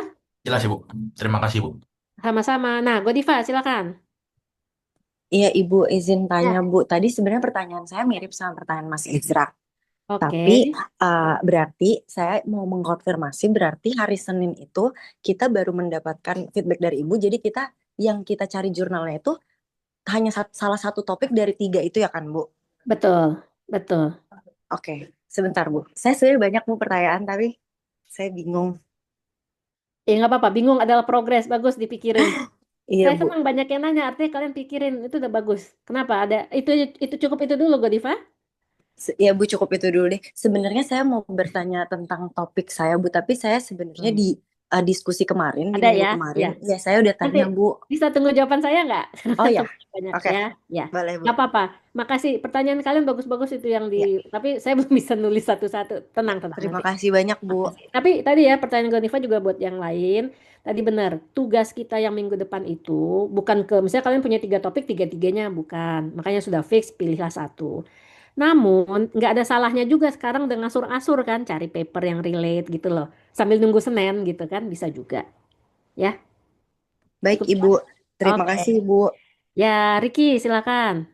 Ini Ricky pakai jaket kuning, gambarnya bagus nih. Ya, Ricky. Iya Bu, selamat malam. Assalamualaikum. Salam. Selamat Waalaikumsalam. malam teman-teman semua. Bu, saya Mm-mm. mau tanya, kalau misalkan dari 3 topik itu, misalkan Ibu nanti sudah pilihkan nih, tapi ternyata memang ada topik yang udah kita serk nih sama topik Mm-mm. itu Ibu buka diskusi lagi nggak Bu ke kita? Buka. Gitu ya Bu ya? Ricky, bukan saya yang diingat lagi ya. Tadi saya udah sampaikan di Ya. awal. Yang menentukannya Ricky, mahasiswa yang nentuin. Oh gitu ya Bu Nggak ya. akan, Ricky, ini A aja, jangan yang ini. Nggak akan begitu Oh iya Bu ya. pastinya. Nggak ada pemaksaan. Ini jadi dibiasakan di peneliti kita yang nentuin. Ya, jadi Oh begitu. jadi kan kontrolnya sih ini yang Ricky yang nentuin. Tapi gini, saya akan memberikan dari tiga, saya kasih gambaran mengapa ini bagus dengan alasan. Keputusannya Ricky, gitu. Oh begitu ya Bu ya. Boleh, Oke. iya, iya. Oke baik Bu kalau gitu. Terima kasih Bu. Oke, iya. Ada lagi?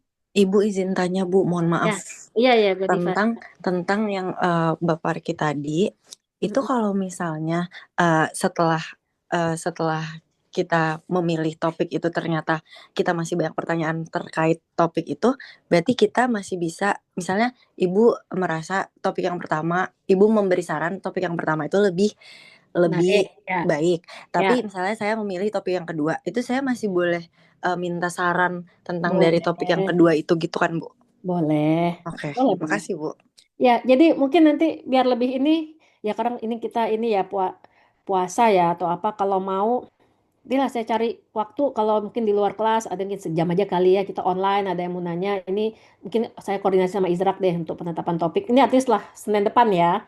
Nah, sambil berjalan, mungkin 2 minggu ke depan kan kalian masih fokus kajian pustaka tuh.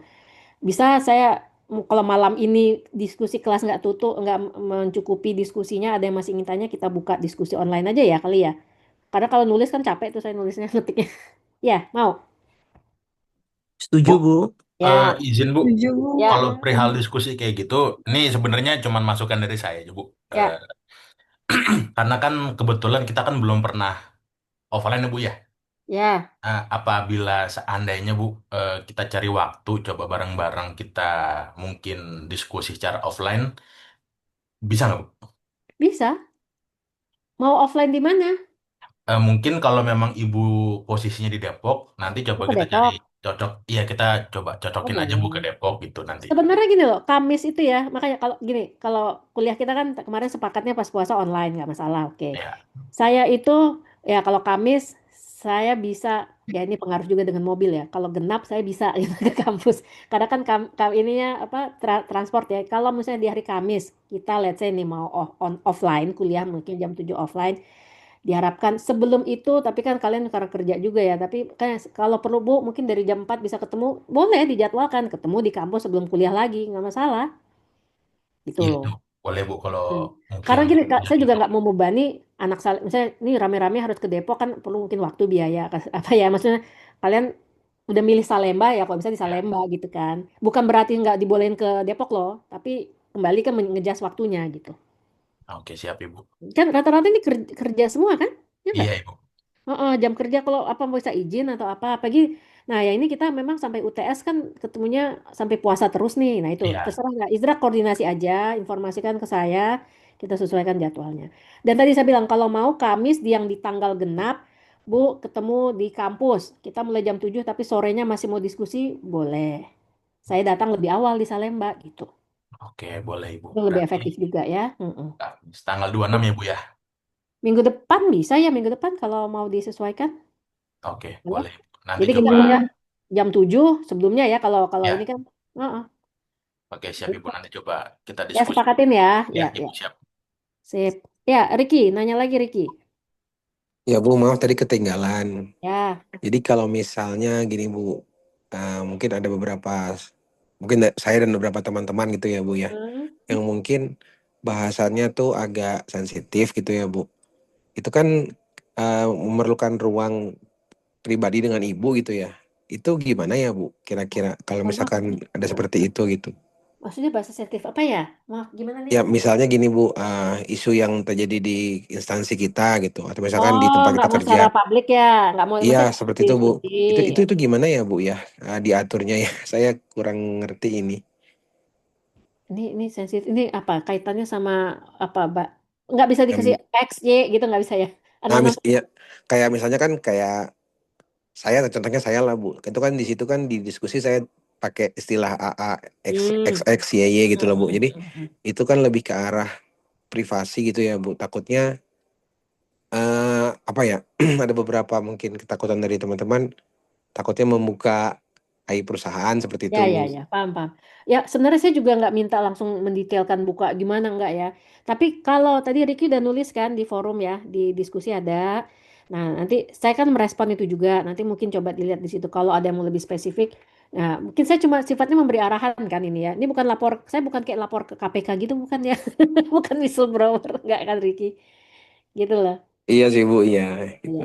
Ya, ya nanti saya lihat di apa mungkin tunggu respon reply saya ya kalau sudah dijelaskan di grup nanti saya coba kasih jawaban gitu.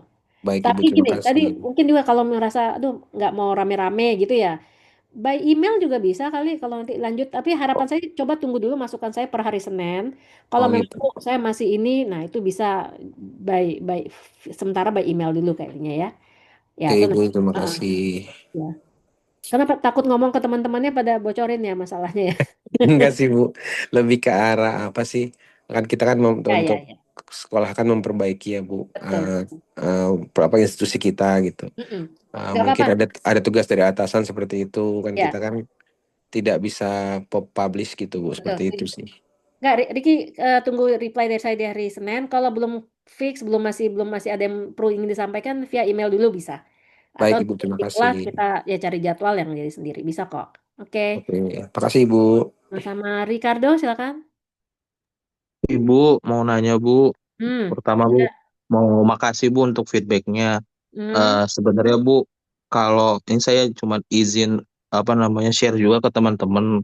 Kalau mungkin ini jadi landasan kita aja Bu, yang dari penilaian Bu Leni, mungkin dari teman-teman kan ada ya Bu ya fasilitas dosen pembimbing akademis, mungkin supaya bisa membantu juga dari teman-teman itu bisa diskusi yang lebih baik kayak gitu. Soalnya kan Bu Leni juga udah membuka ya seperti itu.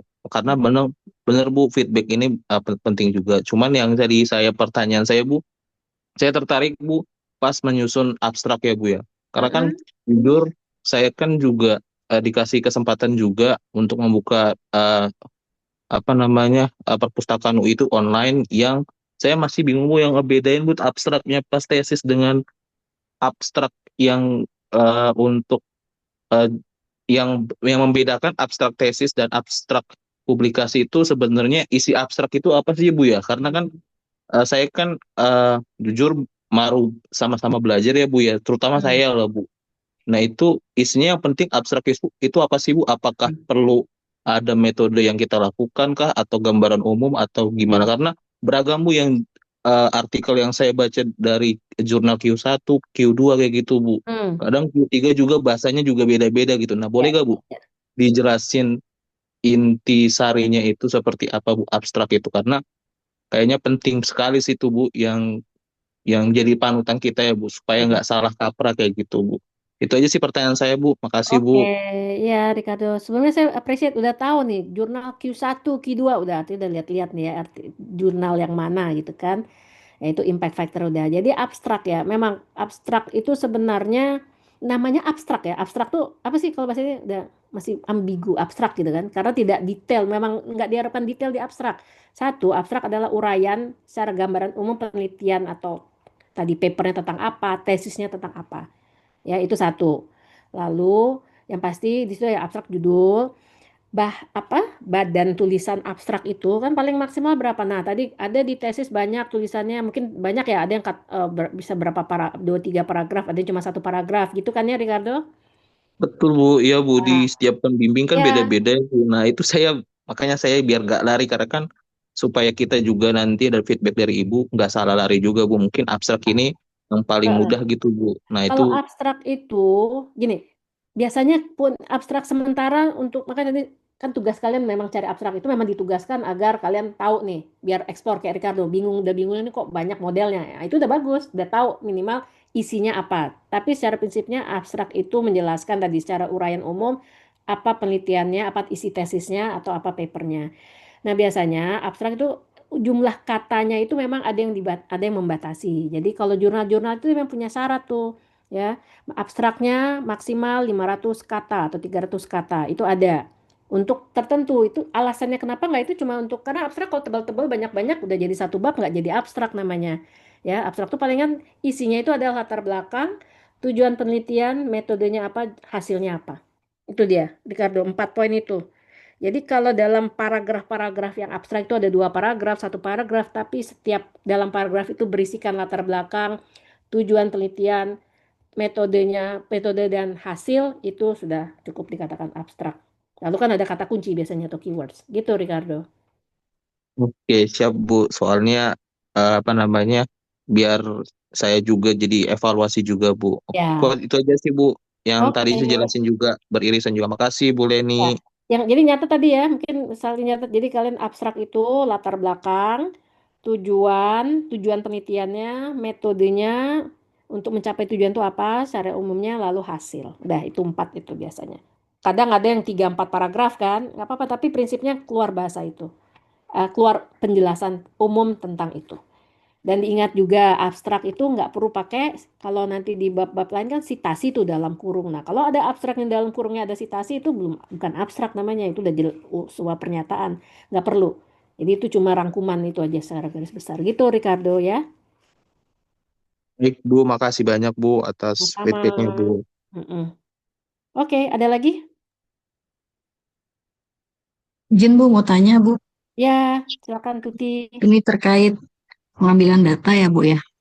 Mm-mm. Mau tanya yang terkait kualitatif Bu. Mm.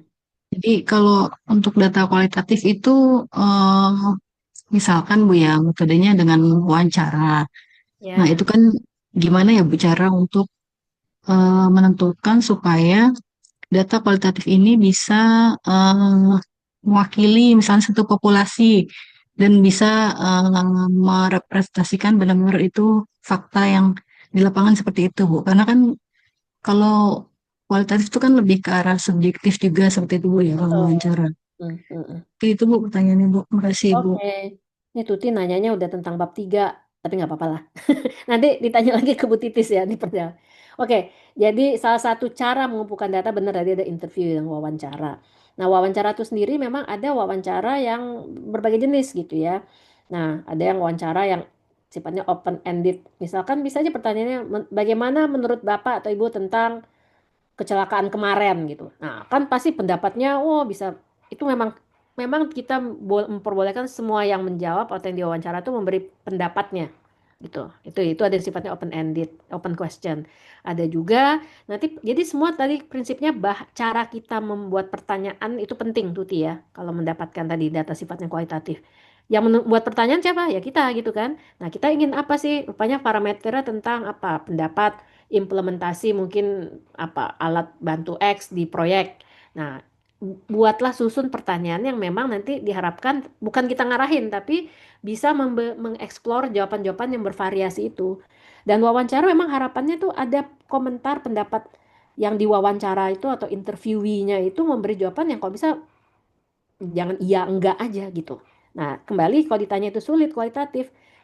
Jadi kunci utama buatlah pertanyaan-pertanyaan wawancara memang yang sesuai yang mau kita cari gitu. Itu satu. Apakah open ended cuma mau menceritakan semua atau lebih spesifik lagi gitu ya. Itu ada nanti ya kayak mungkin izin saya detailkan itu di bab 3 tuh. Tapi kembali pertanyaannya ya itu kunci yang pertama wawancara yang baik adalah pertanyaan-pertanyaan kita. Pertanyaan kita relate nggak sama yang mau kita ukur? Artinya apa? Variabel kita biasanya akan menjadi list of question itu mengacu pada nanti namanya variabel penelitian kita. Nah, jadi tetapkan itu dulu. Kembali, ya benar.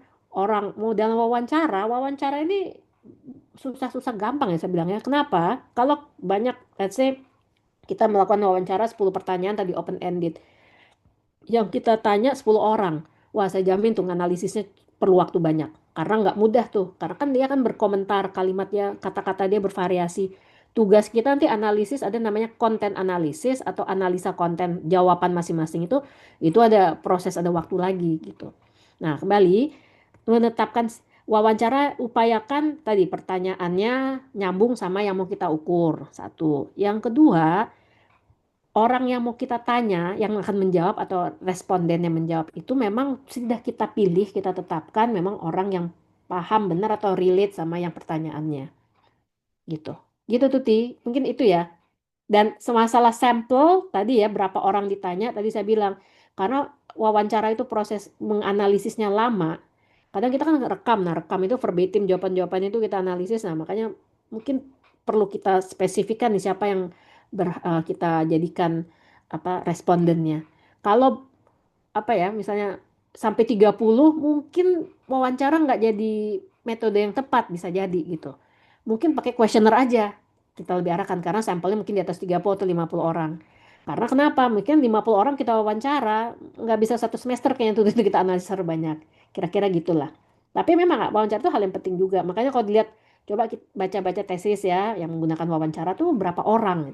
Nah, mungkin yang ditanya wawancaranya ya orang-orang yang penting-penting aja gitu kan, yang memang tahu masalahnya terlibat dan aware dengan kondisi itu, nah, sehingga kita dapat jawaban yang tepat gitu. Itu tuh Ti, gimana?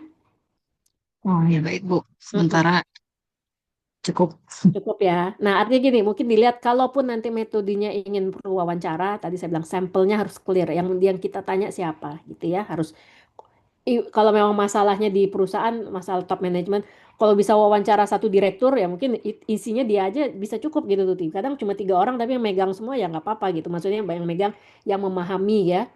Nah gitu. Dibanding mungkin banyak orang tapi rupanya relevansi sama variabel kita nggak nyambung. Kembali ya tadi milih sampelnya tadi ya Tuti ya. Baik Bu. Oke, Makasih Ibu. sama-sama. Mungkin saya sharing tuh, saya pernah bantu eh ya, tapi ini penelitian disertasi ya. Bukan topik kita, jadi saya bantu ikut tim tim support, saya bukan penguji tapi ada dosen senior kita, nah saya tim yang bantu mahasiswa S3 ini, dia bukan di UI juga beliau ini S3. Nah itu semua penelitian beliau itu kualitatif mostly ya itu bukan nggak ada pakai sampel 50 responden nggak, dia wawancara sama dari pertanyaan itu dia wawancara. Dia wawancara, terus dia melakukan analisisnya nanti secara analisa kualitatif, hasil wawancaranya dia potretkan dalam, mungkin dia mengidentifikasi SWOT. Tahu SWOT analisis kan ya? Strength, weakness gitu ya. Nah, dari SWOT, metodenya analisnya pakai SWOT, tapi dia melakukan wawancara gitu ya. Hasil yang dia mau petakan itu dari hasil wawancara. Orangnya 5 aja nih, secara lingkup dia lingkup mungkin 2. Nah, itu pernah orang yang diwawancara 5 orang, tapi lingkupnya itu katanya untuk Indonesia. Gak sampai ini siapa? Orang 5 orang lingkupnya Indonesia gitu kan. Memang dia topiknya bukan topik di konstruksi ya, terkait sama pertahanan, defense ya, civil defense. Eh, dan ini saya bantu tim dosen dari Universitas Pertahanan. Mau tahu kalian akhirnya nah ini 5 responden tapi diminta jawaban terkait harapannya 5 responden ini memahami kasus kondisi di Indonesia gitu kan. Yang ditanya adalah Menteri Pertahanan, nah level menteri semua tuh 5. Nah, sehingga apa yang bisa disampaikan? Sampelnya menurut kalian tuh relate nggak? Ya, dia tentang Indonesia, ada yang ditanya memang menteri gitu. Gimana tuh menurut kalian kan termasuk artinya dia nggak perlu banyak, tapi 5 responden itu mewakili gitu kan, Tuti ya. Iya, Bu. Ya itu saya kaget saya nulis, yang ditanya menteri, oke lah gitu ya. Terus apa credibility-nya? Kembali kita, oh ini orang bagian defense, menteri bagian ini, udah level itu. Nggak usah banyak-banyak deh, cuma ngobrol sama 5 orang, dia petakan SWOT-nya, penelitiannya selesai gitu. Itu contoh ya. Nah, let's say kita nggak sampai level menteri nih. Nah, itu tuh bagian yang mana gitu. Tapi saran-saran banget buat semua untuk yang ngambil wawancara, dispesifikkan nih siapa yang benar bisa menjawab. Karena harapan wawancara itu adalah keluarnya mas data itu dari komentar atau feedback dari si responden yang diwawancara itu. Ya, tadi kalau potret Indonesia ya mungkin yang benar memang tahu menteri datanya banyak gitu kan dilakukan itu. Ya itu sebagai contoh lah. Walaupun jujur saya juga nggak pernah wawancara menteri ya, tapi ini ada level yang gitulah di disertasinya memang tingkatan dia tingkat makro sekali. Nah, sehingga dia cukup 5 orang tapi itu mewakili populasi sampelnya Indonesia gitu ya. Gitu tuh contoh gambaran ya. Baik, Bu. Terima kasih, Bu. Oke. Ada lagi? Kalau ini saya mau ngasih arahan yang buat ini lanjutnya next kita sambil jalan. Kalau sudah cukup, mungkin saya kasih gambaran dulu tentang persiapan buat tugas minggu depan sama yang literatur review. Iya, Ibu. Oke. Ya. Ya, jadi untuk literatur review kan tadi saya rekap yang research process. Nah, itu yang kalau baca di emas itu minta uraian babnya itu coba didengar dulu di audio saya gitu ya. Ada sekitar 30-an slide didengar. Jadi setiap slide itu kalau pakai slideshow diklik ada audio, ada narasi saya lah. Mohon maaf saya nggak belum pakai video, nanti ada videonya yang lain tapi minimal setiap slide ada penjelasannya. Itu tolong dipelajari dulu ya. Nah, tapi ini saya gambarkan ininya ya, saya share dulu. Eh, tunggu. Nah, ini dia. Ya, ini kan. Nah, ini sebenarnya ini ada contoh icon speaker ini sebenarnya setiap slide ada intro audio dari saya, penjelasan. Jadi sambil baca didengar lah. Mudah-mudahan nggak bikin ngantuk ya. Tapi ini kasih gambaran lagi biar nggak perlu rekaman lagi atau apa. Nah, jadi ini yang mau kita materi minggu ini sampai minggu depan adalah mengenai kajian pustaka tadi dan bagaimana memformulasikan research problem. Nah, ini coba dipelajari.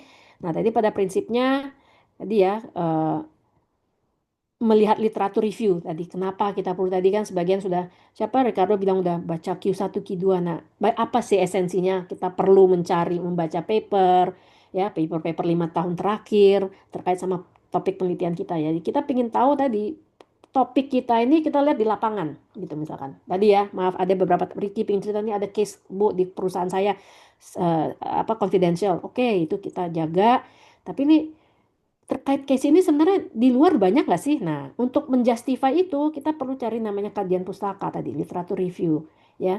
Ada kasus apa di perusahaan itu, ternyata lihat aja cari di kajian-kajian apa paper-paper ya, ternyata ini memang juga relate. Mungkin nggak di negara ini, nggak di Indonesia, di negara lain pun boleh. Nah, jadi jadi membantu untuk mengasih gambaran teoritis di topik kita. Ya, yang kita lihat di lapangan, oh ternyata nih sudah ditulis loh kajiannya ada gitu. Mungkin 3 tahun kemarin ya, tahun 2020 pernah kejadian. Nah itu maksudnya kita cross check gitu, cross check secara di literatur atau di penelitian-penelitian sebelumnya ada atau tidak. Biasa kita nyebutnya penelitian terdahulu lah. Jadi topik itu relevansinya dengan penelitian-penelitian terdahulu seperti apa. Sehingga kita bisa ngerelatekan yang kita observasikan, data-data yang kita kumpulkan sebagai fenomena dan jadi permasalahan, itu memang ada kaitannya nih sama penelitian-penelitian sebelumnya gitu, yang sebelumnya ya. Nah, yang mana kita perlu tahu itu agar apa? Kan meneliti itu kita nggak boleh menciplak benar ya. Nah, harapannya kita mendapat adanya suatu keterbaruan di penelitian kita ya. Jadi dengan itu kita perlu tahu topik A ini sebelum-sebelumnya udah dikaji nggak sih? Sudah ada nggak sih yang meneliti? Bila sudah, tentang apa? Bagaimana? Apa yang dilihat? Nah, pastikan topik yang kita usulkan tidak sama penelitian terdahulu. Ada bedanya, ada yang terbarunya. Ya bisa aja nih fokus di perusahaan saya di project A gitu. Tipe project tertentu. Karena penelitian sebelumnya belum membahas itu. Nah itu keluar tuh novelty-nya. Nah makanya kita bisa tahu itu dengan literatur review. Ya. Jadi dengan tahu referensi sumbernya dari mana. Makanya itu yang perlunya kuat ya. Jadi literatur review bukan hanya di bab 1 kita lakukan. Tapi di bab 2 juga ya. Nanti setiap kajian sebagai konsep. Kalau ingin tadi membahas tentang quality management. Nah yang terbaru quality management itu apa sih sekarang yang dibahas? Nah, selain proses quality management dari PMBOK itu kan sudah teori ya, sebuah konsep ya. Tapi apalagi sih yang terbaru saat ini? Nah, itu kita explore dengan melakukan literatur review. Nah, makanya itu yang jadi penting ya. Ini jadikan pengantar. Lalu, nah ini ya, jadi membantu kita untuk lebih fokus. Dan dengan kita sering baca paper-paper pun juga dapat gambaran gitu. Oh, di Amrik ada loh penelitian yang kayak gini, ya pakai metode seperti ini. Bisa aja kita adopsi, itu bukan mencontek ya, tapi kita adopsi metodenya untuk topik kita. Nah, justru dengan membaca paper-paper itu, kita terinspirasi dapat masukan, oh masalah kita ini bisa dianalisis dengan metode A, metode B gitu ya. Jadi itu yang menjadi dapat gambaran ya, memperluas pemahaman kita dengan topik tentang topik kita itu gitu ya. Nah, tadi saya bilang kalau memang topik kalian ingin optimasi penjadwalan, please selain paham network diagram, apa nih yang terbaru ya? Nah, saya baca beberapa yang di ini pernah ada menggunakan penjadwalan mungkin optimasi menggunakan PERT lah, at risk gitu ya, software itu ya. Boleh coba update lagi apa yang saat ini sering digunakan. Kita bisa tahu itu dengan cara literatur review gitu ya. Jadi memperluas pemahaman kita terkait topik yang mau kita teliti. Ya. Nah, ini bisa terus. Nah, ini ya nanti cara mencari literaturnya. Ini ada uraian ini artinya apa ya? Ada penjelasan saya juga ya. Nah, ini ya. Jadi literatur review ini ada nanti namanya. Nah, ini nanti kita minggu depan saya bahas bedanya apa. Jadi PR yang kita lakukan itu namanya kerangka teoritis. Ya, nah ini yang kita kumpul nanti kan saya bilang tugas minggu depan itu bikin apa? Cari minimal 5 paper, dikaji, dibuat dalam tabel. Nah, tabel itu kita sebut namanya kerangka teoritis. Nah, ini yang kita susun. Ada namanya kerangka konsep. Ini beda ya. Ini kerangka teoritis biasanya ditulis di awal bab 1, kerangka konsep di akhir bab 2 ya. Tapi tetap semua ini dilakukan bila kita perlu dengan menggunakan literatur review ya. Jadi ini ada bedanya. Untuk minggu depan kita masih fokus di kerangka teoritis. Itu seperti apa dijelaskan. Nah, cari literatur bagaimana tadi dari jurnal ya. Tanya sama Ricardo tadi yang udah tahu Q1, Q2 itu apa ya. Jurnal itu ada tingkatannya, tingkat kualitasnya. Semakin tadi saya bilang jurnal yang saya harus bayar untuk publikasi sebesar 30 juta. Nah, itu biasa kualitasnya lebih ini ya, proses diterimanya juga apa ya, lama dan kompleks, tapi itu high quality biasanya. Yang jurnal yang high quality mungkin biaya publikasinya juga lebih mahal. Nah, jurnal itu seperti apa saja. Buku-buku juga masih kita gunakan. Ya, ini sebenarnya literatur internet ini semua udah pakai ya, apanya semua tidak ada yang harus cari hard copy-nya lagi, semuanya ada di tadi di database atau di jurnal online dari library gitu ya. Nah, ini ada penjelasannya dengan apa. Kalau ini maksudnya books, jurnal internet ini bisa secara online. Nah, jurnalnya ada yang biasanya tadi jurnal cetak ya, dicetak, hard copy, buku pun hard copy. Ya, makanya dibedakan. Tapi semua kalau sekarang semua semua sudah punya e-book, e-jurnal, jadi semuanya udah online ya, udah bisa kita cari secara online. Nah, ini ada beberapa poin yang perlu dipelajari. Tadi ini ya, theoretical sama konsep ini yang perlu dijelaskan. Kita sampai minggu depan bahas kita masih mengkerangka teoritis. Karena kan kita baru sampai insya Allah Senin sudah menentukan topik yang mana. Nah, baru kita lihat penelitian-penelitian sebelumnya terkait tentang apa sih, apa yang dibahas, itu kita susun kerangka teoritis. Baru kita detailkan nanti ke kerangka konsep ya, itu yang selanjutnya. Ini nanti ada. Nah, ini salah satu cara ya, nanti bisa juga nanti dijelaskan juga saya di slide ini. Jadi topik kita tentang apa? Nah, kata kunci ya. Jadi kata kunci itu berpengaruh key concept atau key term tadi ya untuk mencari kerangka teoris tadi. Tadi topiknya tentang apa? Optimasi penjadwalan untuk proyek gedung eh, agar tercapai dengan pendekatan jalur kritis misalkan itu. Itu topik kita ya. Nah, kata kuncinya apa? Ada penjadwalan, jalur kritis itu, terus objeknya gedung ya. Kalau bisa gedung lebih spesifik. Tentukan key konsep. Nah, baru kita bisa mencari nih. Cari ini maksudnya proses untuk mencari tadi jurnal artikel-artikel yang terkait dengan topik kita gitu ya. Untuk cara kita mengembangkannya. Nah, ini ada cara bila kita sudah mengumpulkan, let's say tadi sudah 5, mungkin terkumpul 10. 5 itu minimal ya, kalau kalian mau tambahkan lagi akan lebih baik. Nah, jadi karena ini kita terbatas waktunya 5. Tapi kalau mau ditanya, biasanya nih, kalau tesis, kita mengkaji dan mengumpulkan kerangka teoritis itu minimal ya, kurang lebih minimal 25 sumber ya, dari 25 publikasi atau paper itu minimal. Lebih dari itu boleh. Nah, tapi makanya kalau 5 ini karena tadi kan kita ada batasan waktu ya, makanya buat 5 dulu deh. Jadi yang mana yang relevan. Kan prinsipnya kalian 5 bukan berarti langsung dipakai kan, bisa jadi disortir dulu. Makanya ada baiknya misalnya cari 10 paper, nah mana yang paling relevan, yang paling relate. Nah, jadikan itu jadi sebagai kerangka teoritis. Nah, setiap kajian atau paper yang kita dapat, coba buat ini bisa kan mungkin bisa buat di Excel atau di mana ya, kalian rekapkan. Biar ini untuk proses mencari kalian sudah mengumpulkan oh paper ini tentang apa gitu ya, tahun publikasinya. Nah, ini dipelajari apa namanya ini karena data-data ini sangat diperlukan untuk apa? Bila kalian ingin menjelaskan ada suatu pernyataan ternyata di paper A disebut begini loh, paper B hasilnya seperti ini.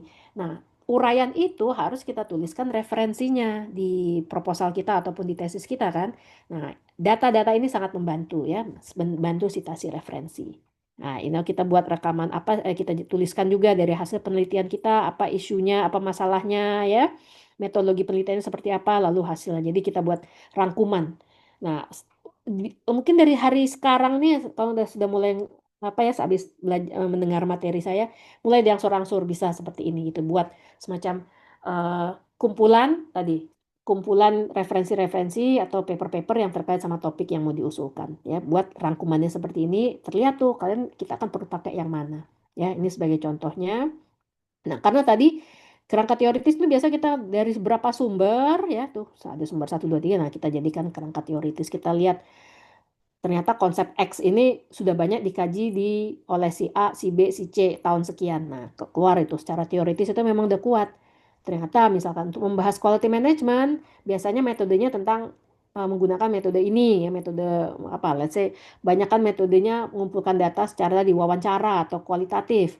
Itu mengacu ke beberapa sumber penelitian gitu ya. Jadi kita sebenarnya ini sifatnya mensortir penelitian-penelitian terdahulu yang relate ya, nyambung terkait sama penelitian kita. Nah, ini tolong bisa di screenshot atau nanti kan jam 10 sudah bisa diakses. Nah, ini tabel yang diharapkan nanti hasil tugas minggu depan seperti ini gitu ya. Kalian bikin judulnya tabel penelitian terdahulu ya. Nah, ini nggak tabel nomornya, nggak perlu judulnya. Nah, ini kalau dilihat misalkan ya, sekarang coba kalian baca dari judul penelitian. Ini ada, jadi yang perlu diisi dalam penelitian terdahulu kalian atau meta-analisis ini namanya juga meta-analisis ya, karena analisis dari berbagai sumber penelitian. Ada judul, siapa penulisnya, tahun publikasi penelitian ini ya. Lalu tujuan dari penelitiannya apa menjadi variabel, ini kita cari dari papernya atau penelitiannya, metodenya dengan apa, dan hasil. Ini hasil ataupun kesimpulan dari penelitian tersebut.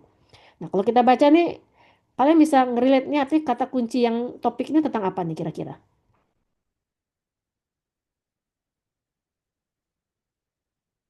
Ada ini sambil dibaca ya, langsung jawab aja nggak apa-apa. Kira-kira nih, ini 3 nih, kan nanti PR-nya minimal 5 ya. Ini tentang apa? Waste management. Waste management, Bu. Waste management. Lalu ada fokus juga dia memang solid ya. Ada solid. Sampah solid waste karena ada liquid waste, ada dia fokusnya solid waste management. Kunci utama topik itu. Terus apa yang dia lakukan? Dia melihat di berbagai negara. China, di India. Nah, kenapa kira-kira China sama India? Mungkin di Indonesia, mungkin ya Indonesia mungkin populasi banyak kan relate ya. Oh, China populasi banyak, India populasi banyak. Gimana sih solid waste-nya? Dia mencari info itu. Apa sih yang dilakukan? Nah, lihat di sini maksudnya. Jadi dari ini kan bisa, nah kalian bisa dari contoh ini bisa langsung mengaplikasikannya ya, jadikan tugas ke topik masing-masing. Kira-kira perlu apa? Bisa dalam bentuk ini dari berbagai negara, bisa juga. Atau kalau nggak bukan negara juga berbagai mungkin informasi variasi dari jenis proyek yang berbeda juga bisa, tapi kata kuncinya sama bisa juga gitu ya. Jadi menetapkan yang menjadikan penelitian terdahulu itu bisa bervariasi gitu. Tapi tadi harapannya keywordsnya sama ya, tentang solid waste management, terus kaitannya dengan apa ini masalah. Dia tentang isu sama challenges, ada 2 kata kuncinya, permasalahan tentang sistem di kota yang padat. Mungkin walaupun dia nggak nganggap Kolkata sama Jakarta sama atau apa, tapi kan dia dapat gambaran mungkin. Ya, nah jadi prinsipnya ya ini sebagai contoh kalian bisa menunjukkan tadi keluarnya menggunakan tabel seperti ini aja, ya. Cukup jelas? Jelas, Ya. Bu. Nah, ini ada maaf, ya ada referensi ya, Yuditya. Jadi ini karangan beliau. Ini alumni kita, Yuditya tahun 2013. Kalau mau dicari, ini dia tesis atau skripsi lupa saya ya, bisa dicari sebagai contoh juga. Kita ngambil dari Yuditya ini ya. Nah, silakan dicari, dieksplor tadi ya dengan eh, artikel. Nah, tadi tahunnya ya, kalau bisa tadi apa 5 tahun terakhir lah. Dari 2000, boleh dari 2020 atau 2021 sampai sekarang. Karena itu artikel-artikel secara online itu sudah sangat berkembang sekali ya. Jadi kalau bisa dalam sebut ini baru Februari ya udah banyak publikasi tahun 2026. Jadi silakan dieksplor lagi. Dan mungkin ada yang bertanya, Bu, apakah harus dari paper?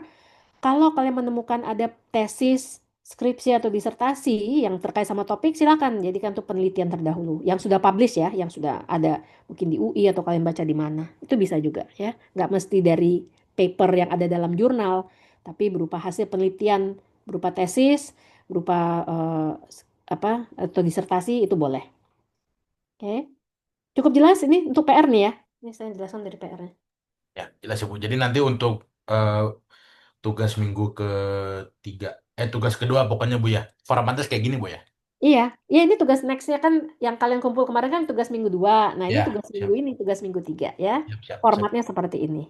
Siap, ya, Bu. Dilatih, dilatih aja. Ini sekarang kita sambil melatih lah.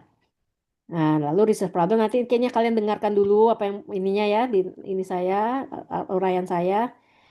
Nah ini ya yang nah makanya durasi kegiatan saya mulai dari hari Senin ya karena kan sekarang saya nggak jadikan inilah. Artinya apa? Ini cuma 4 hari, Bu. Emang bisa, jangan khawatir. Makanya ini yang kita kumpulkan ini tentu akan berkembang ya. Jadi tidak hanya stop di 5 makalah minimal. Bisa berkembang terus. Kita kan bikin 3 bab di sini nanti tugasnya ya. Nah, jadi untuk tahap sampai pekan ke depan, sampai tanggal 27 itu hari Jumat ya. Saya kasih extend dalam seminggu itu. Minimal ini yang kalian lakukan ya. Harapannya apa? Kalian tadi buat meta analisis. Terus dari baca itu apa bedanya sama yang diusulkan? Nah, ini uraian secara singkat aja. Nah, ini dilatih lagi nih. Tapi harapan saya kalian dengar dulu materi paparan saya apa masalah apa pertanyaan penelitiannya gitu ya. Nah, ini lakukan. Tapi prinsipnya yang tabel ini dulu. Nah, baru ini uraian pointer mungkin 1-2 kalimat juga bisa gitu. Cukup jelas? Ya, jelas, Ibu. Oke. Jadi ini yang mungkin pengantar saya untuk tentang literatur review atau kajian pustaka. Nanti minggu depan saya akan detailkan kembali. Jadi kan minggu ini kalian mendengar dulu materi paparan dulu secara asinkron. Nah, minggu depan kita diskusikan lebih detail tentang bab literatur review dan research problem tadi ya. Nah, research problem mudah-mudahan karena saya sudah memberi feedback di hari Senin, nanti bisa memberi ke contoh-contoh permasalahan yang coba kalian pertajam gitu. Karena kan topik sudah ada, nah kita melatih bagaimana menyusun tadi research problem untuk topik kalian gitu ya. Oke, ada lagi yang mau ditanyakan? Cukup jelas? Untuk materi ini jelas, Bu. Insya Allah, Bu. Oke. Sama, Bu, mau nanya satu. Ah, Ini di luar ya. konteks, Ibu. Izin Ya. apa jadwal perkuliahan, Bu? Hmm. Ini kalau saya ngeliat BRP, itu kan tanggal 4 tuh hari Sabtu, Bu ya. Untuk UTS minggu ke-8 nanti. Oh ya, Itu betul. minggu UTS. Itu udah dikunci atau gimana, Bu? Ya, jadi ini UTS kita itu direncanakan serentak sama teman-teman Metopen 0102. Oh gitu. Hanya kita adakan, karena kan kalian Senin sampai Jumat pol tuh ya. Ya kan? Iya. Jadwalnya full ya. Iya. Jadi itu sudah berapa tahun kita setiap tahun UTS maupun UAS itu kita gini bisa Sabtu kalau dinego misalkan nih karena saya nggak tahu kan ada teman yang ngambil metopennya Selasa waktu itu pernah juga kita Iya. adakan Kamis bisa juga tapi yang teman Selasa bagaimana gitu itu aja sih saya sih itu karena saya buat tanggal hari Sabtu itu yang paling aman karena nggak ada kuliah metopen apa nggak ada yang bentrok lah dan biasa Oh, kita adakan itu hari Senin hari Sabtu pagi ya UTS maupun UAS-nya. oh gitu. Oke, Jadi baik. artinya Izrak mungkin koordinasi sama saya juga nanti mungkin dari Izrak tolong infokan juga ketua kelas dari 0102 ya. Saya Oke, perlu siap. koordinasi nantinya. Kalian koordinasi aja baiknya gimana UTS-nya. Kalau nggak mau di hari Sabtu, tapi cari hari yang tiga-tiganya bisa gitu. Karena Oke, ini siap. harus serentak ya. Siap, siap. Pengalaman itu pernah hari Kamis ya. Hari Kamis jadi yang anak Selasa ngikut gitu. Berarti itu boleh Oke, jam siap. 7 ya. Mm-mm. Karena mungkin jadwalnya kan kejepit, Bu ya. Hari Sabtunya itu, Jumatnya itu kalau nggak salah juga libur Paskah kalau nggak salah, Bu. Itu di 4 itu apa sih? 4 itu hari Sabtu. Oh, Juni ya? April Bu, April, sorry, 4 April. April. 4 April ya, UTS? UTS ya, Oh iya iya iya. 4 Kalau April. mau ya cari jadwalnya. Karena yang lain kalau Kamisnya bisa nggak masalah. Oke siap, nanti Kamis, coba. Kamis atau Selasa, iya. Siap Karena Ibu. gini, jadwal UTS itu cuma seminggu sekarang. Oh, oke. Karena minggu depannya Bu Titis masuk udah lanjut lagi kita kuliah, nggak ada waktu ini lagi, Izra. Oke, siap-siap Ibu. Nanti coba Ya, kita diskusikan Bu ya. ya. Dan ujian kita offline ya, Iya Ibu. harus hadir ya. Oke, baik, terima kasih Ibu. Oke, oke, makasih. Ada lagi yang mau ditanyakan? Cukup jelas materi kita Bu, hari ini. izin Ya, satu lagi boleh, Bu? boleh, Tuti silakan. Tadi kan itu mencari tesis atau jurnal gitu, Bu ya. Ya, ya. Kemudian dicek novelty-nya. Heeh. Nah, misalkan nih ya, ini kan nanti untuk apa namanya tesis kita pun kita akan melakukan hal yang sama gitu kan, Bu ya. Iya. Nah, misalkan nanti pada saat pencarian itu ternyata ada kemiripan gitu, Bu. Mirip lah judulnya gitu dengan yang topik kita. Berarti kita perlu memodifikasi, Bu ya, supaya tidak ada kesamaan seperti itu, Bu ya. Betul. Iya, Karena harus ada pembaruan. harus ada pembaruan. Iya benar. Jadi kalau bisa judul jangan sama sama yang sudah ada. Itu makanya kita cari yang topik-topik yang serupa itu biar nggak sama persis gitu. Mungkin mirip-mirip tapi objek beda sebenarnya nggak apa-apa. Asal objeknya clear beda. Tapi judul kalau bisa beda. Mm-mm. Baik, Bu. Mm-mm. Dicari aja dulu. Banyak kok ininya nanti kita kita mungkin biasa ada menggunakan keyword tertentu di judul kita enggak ya bisa juga kan. Dan novelty itu lebih ke tadi apa yang beda sama penelitian kita. Apakah mungkin tadi beda negara, beda objek penelitian itu boleh gitu ya. Beda jenis proyeknya beda tapi permasalahan sama, pakai konsepnya sama itu juga bisa. Jadi coba kalau mungkin lebih enak juga Tuti juga eksplor aja mungkin tesis-tesis sebelumnya ya. Di library bisa diakses kan ya? Udah pernah coba? Iya, Bu. Hmm. Sudah Bu, sudah. Sebelum-sebelumnya gimana sih kalau namanya keterbaruan itu gitu. Atau apa dicari lah. Memang prinsipnya harus berbeda ya. Oke, ada lagi?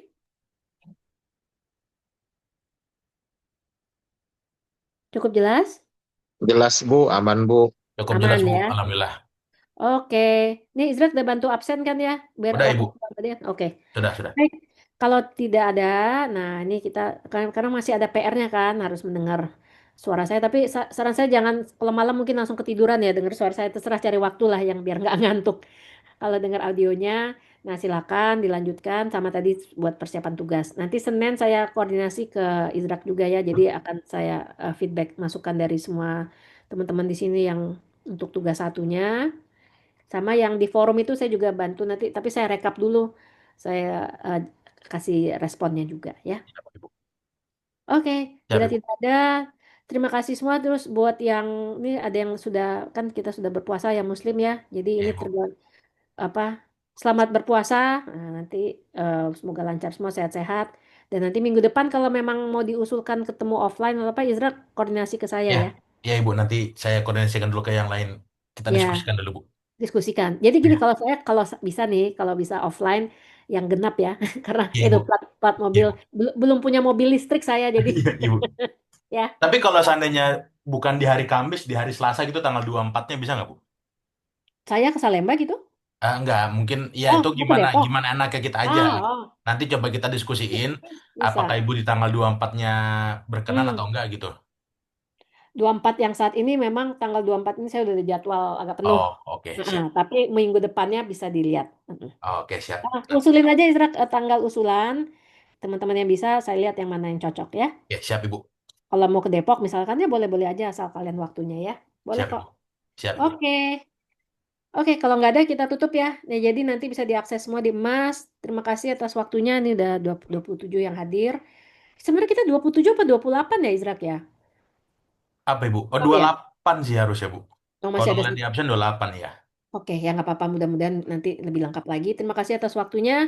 Selamat malam. Sampai ketemu di minggu depan. Assalamualaikum warahmatullahi wabarakatuh. Waalaikumsalam Terima warahmatullahi kasih, Waalaikumsalam Bu. warahmatullahi wabarakatuh. wabarakatuh. Warahmatullahi Terima wabarakatuh. Terima kasih Bu Leni.